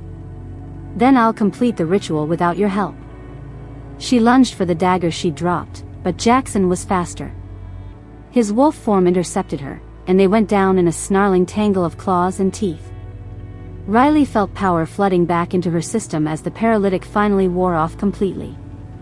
But more than that, she felt the connections she'd been building over the past 3 days crystallizing into something new. Not the dominating force Madeline had tried to create, but something far more powerful, a network of willing cooperation and mutual protection. Through her psychic links, she could feel every wolf in the battle outside. Could sense their fear, their determination, their growing hope as Madeline's forces began to retreat. And underneath it all, she felt something that made her heart soar, the mate bond with Caden, restored not through magic but through choice. Through his decision to risk everything to save her, and her decision to forgive the poison-induced madness that had driven them apart. "Caden," she called out, and his wolf form immediately turned toward her. Even in his shifted state, she could see the relief in his eyes at finding her alive. But their reunion would have to wait. Madeline had broken free from Jackson and was making one last desperate play. She'd retrieved the dagger and was advancing on Riley again, her eyes wild with madness. "If I can't have your cooperation," Madeline snarled, "I'll settle for your death. Your blood alone won't give me everything I want, but it will be enough to start with." She raised the dagger, and this time nothing stood between her and Riley. Except Riley herself. The Silver Moon power that had been building in her for 3 days suddenly exploded outward like a shockwave. Not the raw, uncontrolled force she'd manifested during the rogue attack, but something refined, focused, and absolutely devastating. Madeline's dagger turned to ash in her hands. The dark magic artifacts around the cave cracked and crumbled. Even the ghost wolf stepped back from the sheer intensity of Riley's power. "You want to see what the Silver Moon bloodline can really do?" Riley said, rising from the altar with power crackling around her like silver lightning. "Let me show you." She reached out through her psychic network, connecting not just with the wolves fighting outside but with every supernatural being within 100 miles. Vampires, fae, witches, even the wild spirits that lived in the deepest parts of the forest, all of them suddenly felt the call of the Silver Moon. But instead of compelling them to obey, Riley offered them something else. A choice. A chance to be part of something bigger than themselves, something built on cooperation rather than conquest. The response was immediate and overwhelming. Power flowed back to Riley through hundreds of willing connections, each one freely given, each one strengthening the whole. Madeline staggered backward, her face pale with shock. "That's impossible. No one can connect with that many beings at once." The strain alone should kill you. It would kill someone trying to dominate them, Riley agreed. But when they're offering their power freely, when they want to be part of the network, there's no strain at all. Only strength. Madeline made one last desperate attempt to flee, but the ghost wolves blocked her path. They had chosen their side, and it wasn't hers. Madeline Graves, the ghost Alpha intoned, for the crime of corrupting the Silver Moon legacy and betraying your own bloodline, we banish you from the spirit realm. You will find no rest among your ancestors. And for the crimes of murder, manipulation, and attempted genocide, Riley added, her voice carrying the weight of absolute authority, I strip you of your wolf. You are no longer part of any pack, any family, any supernatural community. You are nothing. The Silver Moon power flowed out of Riley one more time, but this was different. This wasn't about connection or cooperation. This was about severing bonds that should never have existed in the first place. Madeline's scream echoed through the cave as her wolf was torn away from her. She collapsed to her knees, suddenly looking older, smaller, utterly human. You can't, she whispered. You can't take away what I am. I can, and I have. Riley looked down at the broken woman who had caused so much pain. You'll live, but you'll live as what you chose to be, alone. The ghost wolves began to fade, their duty finally complete. But before they vanished entirely, the Alpha approached Riley one last time. You have restored honor to our line, he said. The Silver Moon Pack lives again, not in conquest but in unity.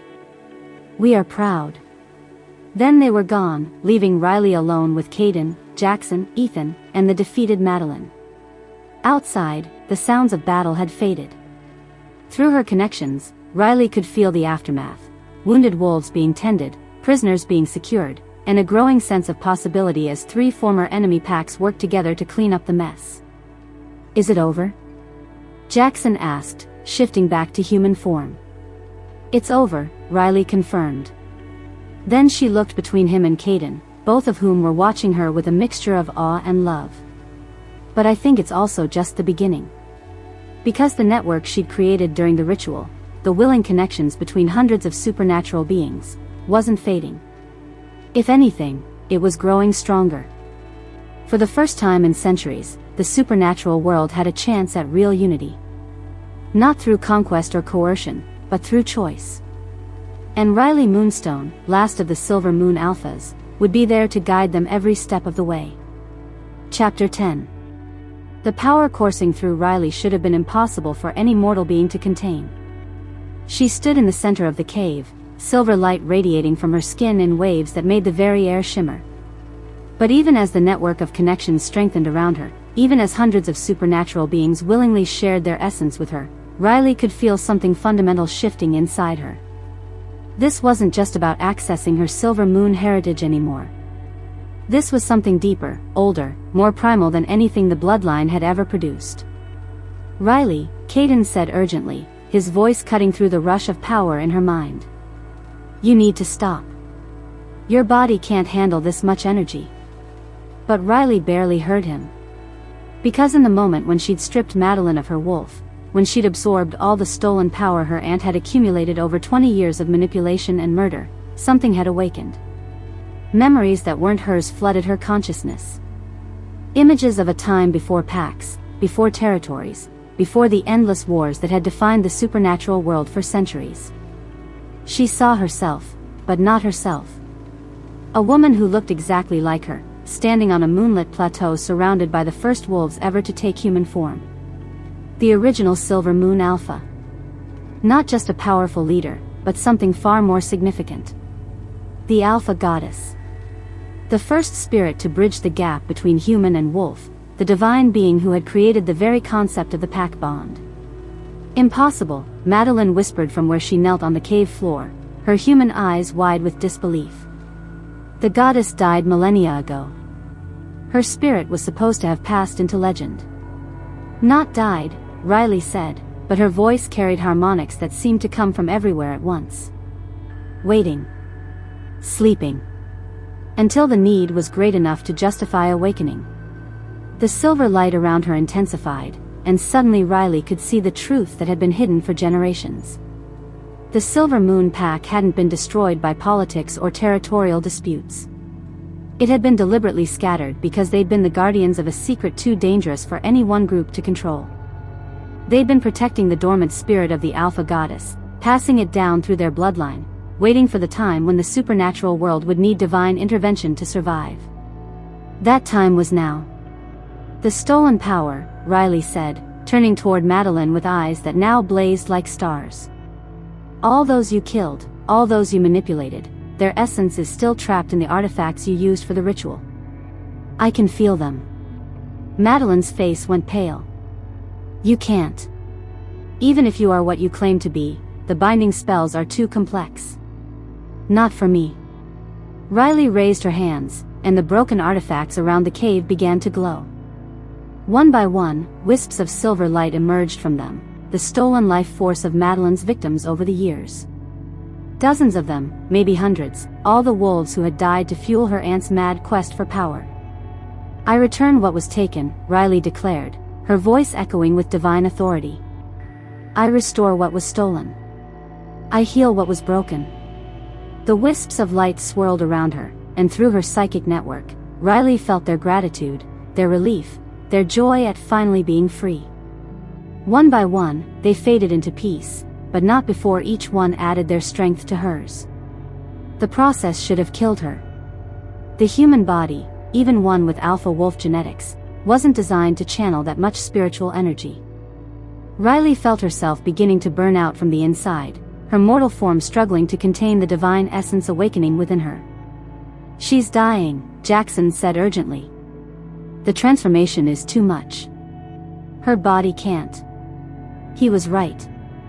Riley could feel her physical form starting to disintegrate, consumed by the very power that was supposed to heal the world. She was becoming pure spirit, pure energy, losing all connection to the mortal realm. But she couldn't stop. Not when she was so close to undoing generations of pain and hatred. Not when she finally had the power to create the unity her people desperately needed. Let me help, Caden said, stepping forward despite the dangerous energy crackling around her. No, Riley managed to say. If you touch me now, the power will burn you alive. Then I'll burn. His voice was calm, resolute. But I won't watch you disappear. Not again. Before Riley could stop him, Caden pressed his hand against her shoulder. The contact should have incinerated him instantly. Instead, something unexpected happened. The mate bond they shared, strengthened by their recent reunion, created a conduit for the excess energy. Caden's alpha strength, considerable in its own right, began absorbing some of the divine overflow, making it possible for Riley to maintain her mortal form. But even with Caden sharing the load, it wasn't enough. The goddess energy was too vast, too ancient, too powerful for even two alphas to contain. My turn, Jackson said quietly. Riley started to protest, but Jackson was already moving.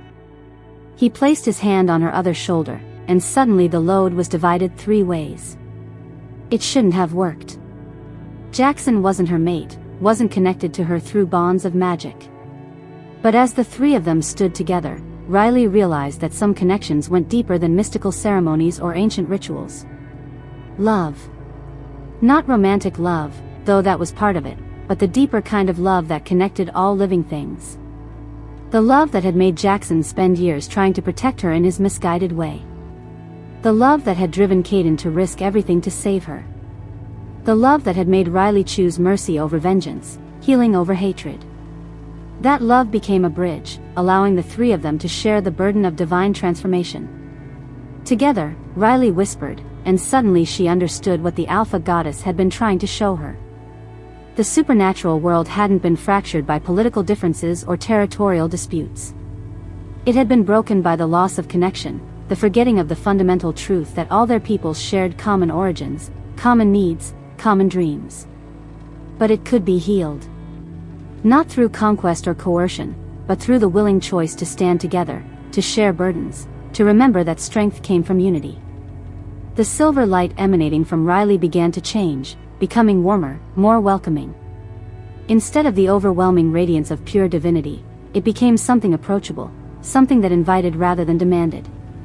Through her psychic network, Riley felt the response from every supernatural being within reach. Not just wolves, but vampires and fae and witches and spirits. All of them sensing the possibility of something new, something better than the endless cycle of conflict that had defined their existence. One by one, they began to offer their own energy to the network. Not because they were compelled to, but because they wanted to be part of something larger than themselves. The cave filled with representatives of every supernatural community. They came not as conquerors or negotiators, but as witnesses to the birth of something unprecedented, a truly unified supernatural nation. Ethan was among them, his face wet with tears as he knelt before Riley. "Forgive me," he said. "I should have seen what she was doing. Should have stopped it sooner." "You did stop it," Riley said gently, the goddess energy finally settling into something manageable within her transformed consciousness. "When it mattered most, you chose correctly. That's all any of us can do." She looked around the cave, taking in the impossible sight of natural enemies standing peacefully together. Shadow Creek wolves next to Moonridge pack members. Morrison wolves sharing space with vampires and fae. Even some of Madeline's former followers, freed from her influence and eager to make amends. "The old ways are ending," Riley announced, her voice carrying to every being present and through the psychic network to thousands more. "The time of separate territories, of isolated packs, of species fighting species, that era dies here, tonight." "What comes next?" asked Gage Blackwood, the vampire ambassador from the gala, who had apparently arrived with reinforcements. "Something new," Riley replied. "A confederation of supernatural communities, united by choice rather than conquest. Territory boundaries dissolved, replaced by districts where all species can live and work together. Pack loyalty expanded to include not just wolves, but any being willing to contribute to the common good. The idea should have been met with resistance, with fear, with the knee-jerk territoriality that had driven centuries of conflict. Instead, Riley felt waves of excitement, hope, and possibility flowing through the network. People were tired of fighting. They wanted peace, prosperity, the chance to build something better for their children. Who will lead this confederation? The question came from Sarah, Caden's legal counsel, who had clearly been thinking about the practical implications. Riley looked at Caden and Jackson, both still supporting her through their physical connection. The three of them had become something new together, not just individuals, but a symbol of unity, of the possibility of transcending old hatreds. "We will," she said simply. "Caden as my mate and co-alpha. Jackson as beta and voice of the Moonridge integration. Myself as the bridge between all communities." "And what about love?" Jackson asked quietly, his voice meant only for her and Caden. "What about the choice you were supposed to make between us?" Riley smiled, feeling the last pieces of a cosmic puzzle clicking into place. "I realized I was asking the wrong question. It was never about choosing between you. It was about choosing to heal the wound that separated you in the first place." She gently extracted herself from their supportive touch, the divine energy now fully integrated into her being. The silver light faded to a warm glow that seemed to emanate from her skin itself, not overwhelming, but unmistakably present. "Jackson," she said, taking his hands. "I love you. I always have. But it's the love of deep friendship, of shared history, of two people who helped each other become who they were meant to be. Can that be enough?" Jackson was quiet for a long moment, studying her face. Then he smiled, the first truly peaceful expression she'd ever seen from him. "It's everything," he said.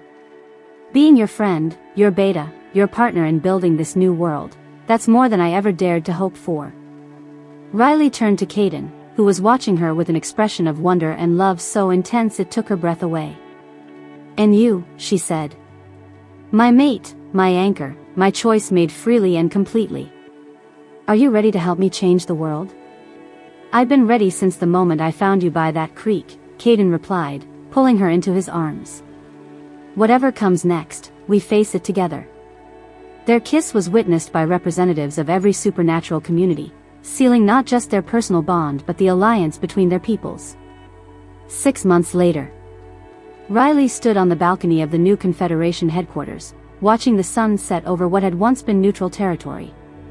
Below her, the first integrated supernatural city was taking shape, wolves and vampires working side by side on construction projects, Fae artists collaborating with witch engineers, children of all species playing together in parks that had been designed for multiple needs. It wasn't perfect. There were still tensions, still individuals who resisted change, still problems that seemed impossible to solve. But they were trying, and that effort was making a difference. The Morrison Pack has agreed to join the Eastern District, Caden said, joining her on the balcony with a stack of reports. And the Pacific Coast vampires want to discuss trade agreements. Good, Riley said, then winced slightly as a sharp kick reminded her of the other change in her life. Caden's hand immediately went to her rounded belly, his touch gentle but protective. How are you feeling? Like I'm carrying the world's most active future alpha, Riley laughed. I swear this child is going to be born knowing how to shift. Given their parentage, that's probably not far from the truth. Riley leaned back against Caden's chest, one hand resting over his where it covered their unborn child. The baby had been conceived on their official mating night, 3 months after the Confederation's founding. A new generation that would grow up in a world where cooperation was the norm, where the ancient hatreds their parents had inherited would be nothing more than history lessons. Any word from the Southern Territories? She asked. Jackson's making progress with the coastal packs. Slow, but steady. Caden's voice held none of the old jealousy when he mentioned Jackson. The three of them had found their equilibrium, their roles clearly defined and mutually supportive. He should be back next week. Good. I miss having him around. So do I, Caden admitted. Strange how that worked out. Riley was about to respond when something caught her eye. A figure standing at the edge of the forest, barely visible in the gathering dusk. Tall, female, watching the headquarters with an intensity that made Riley's newly enhanced senses prickle with warning. Caden, she said quietly. Look at the tree line. Southeast of the main gate. Caden's eyes followed her gaze, and his body tensed. I see her. Human, but...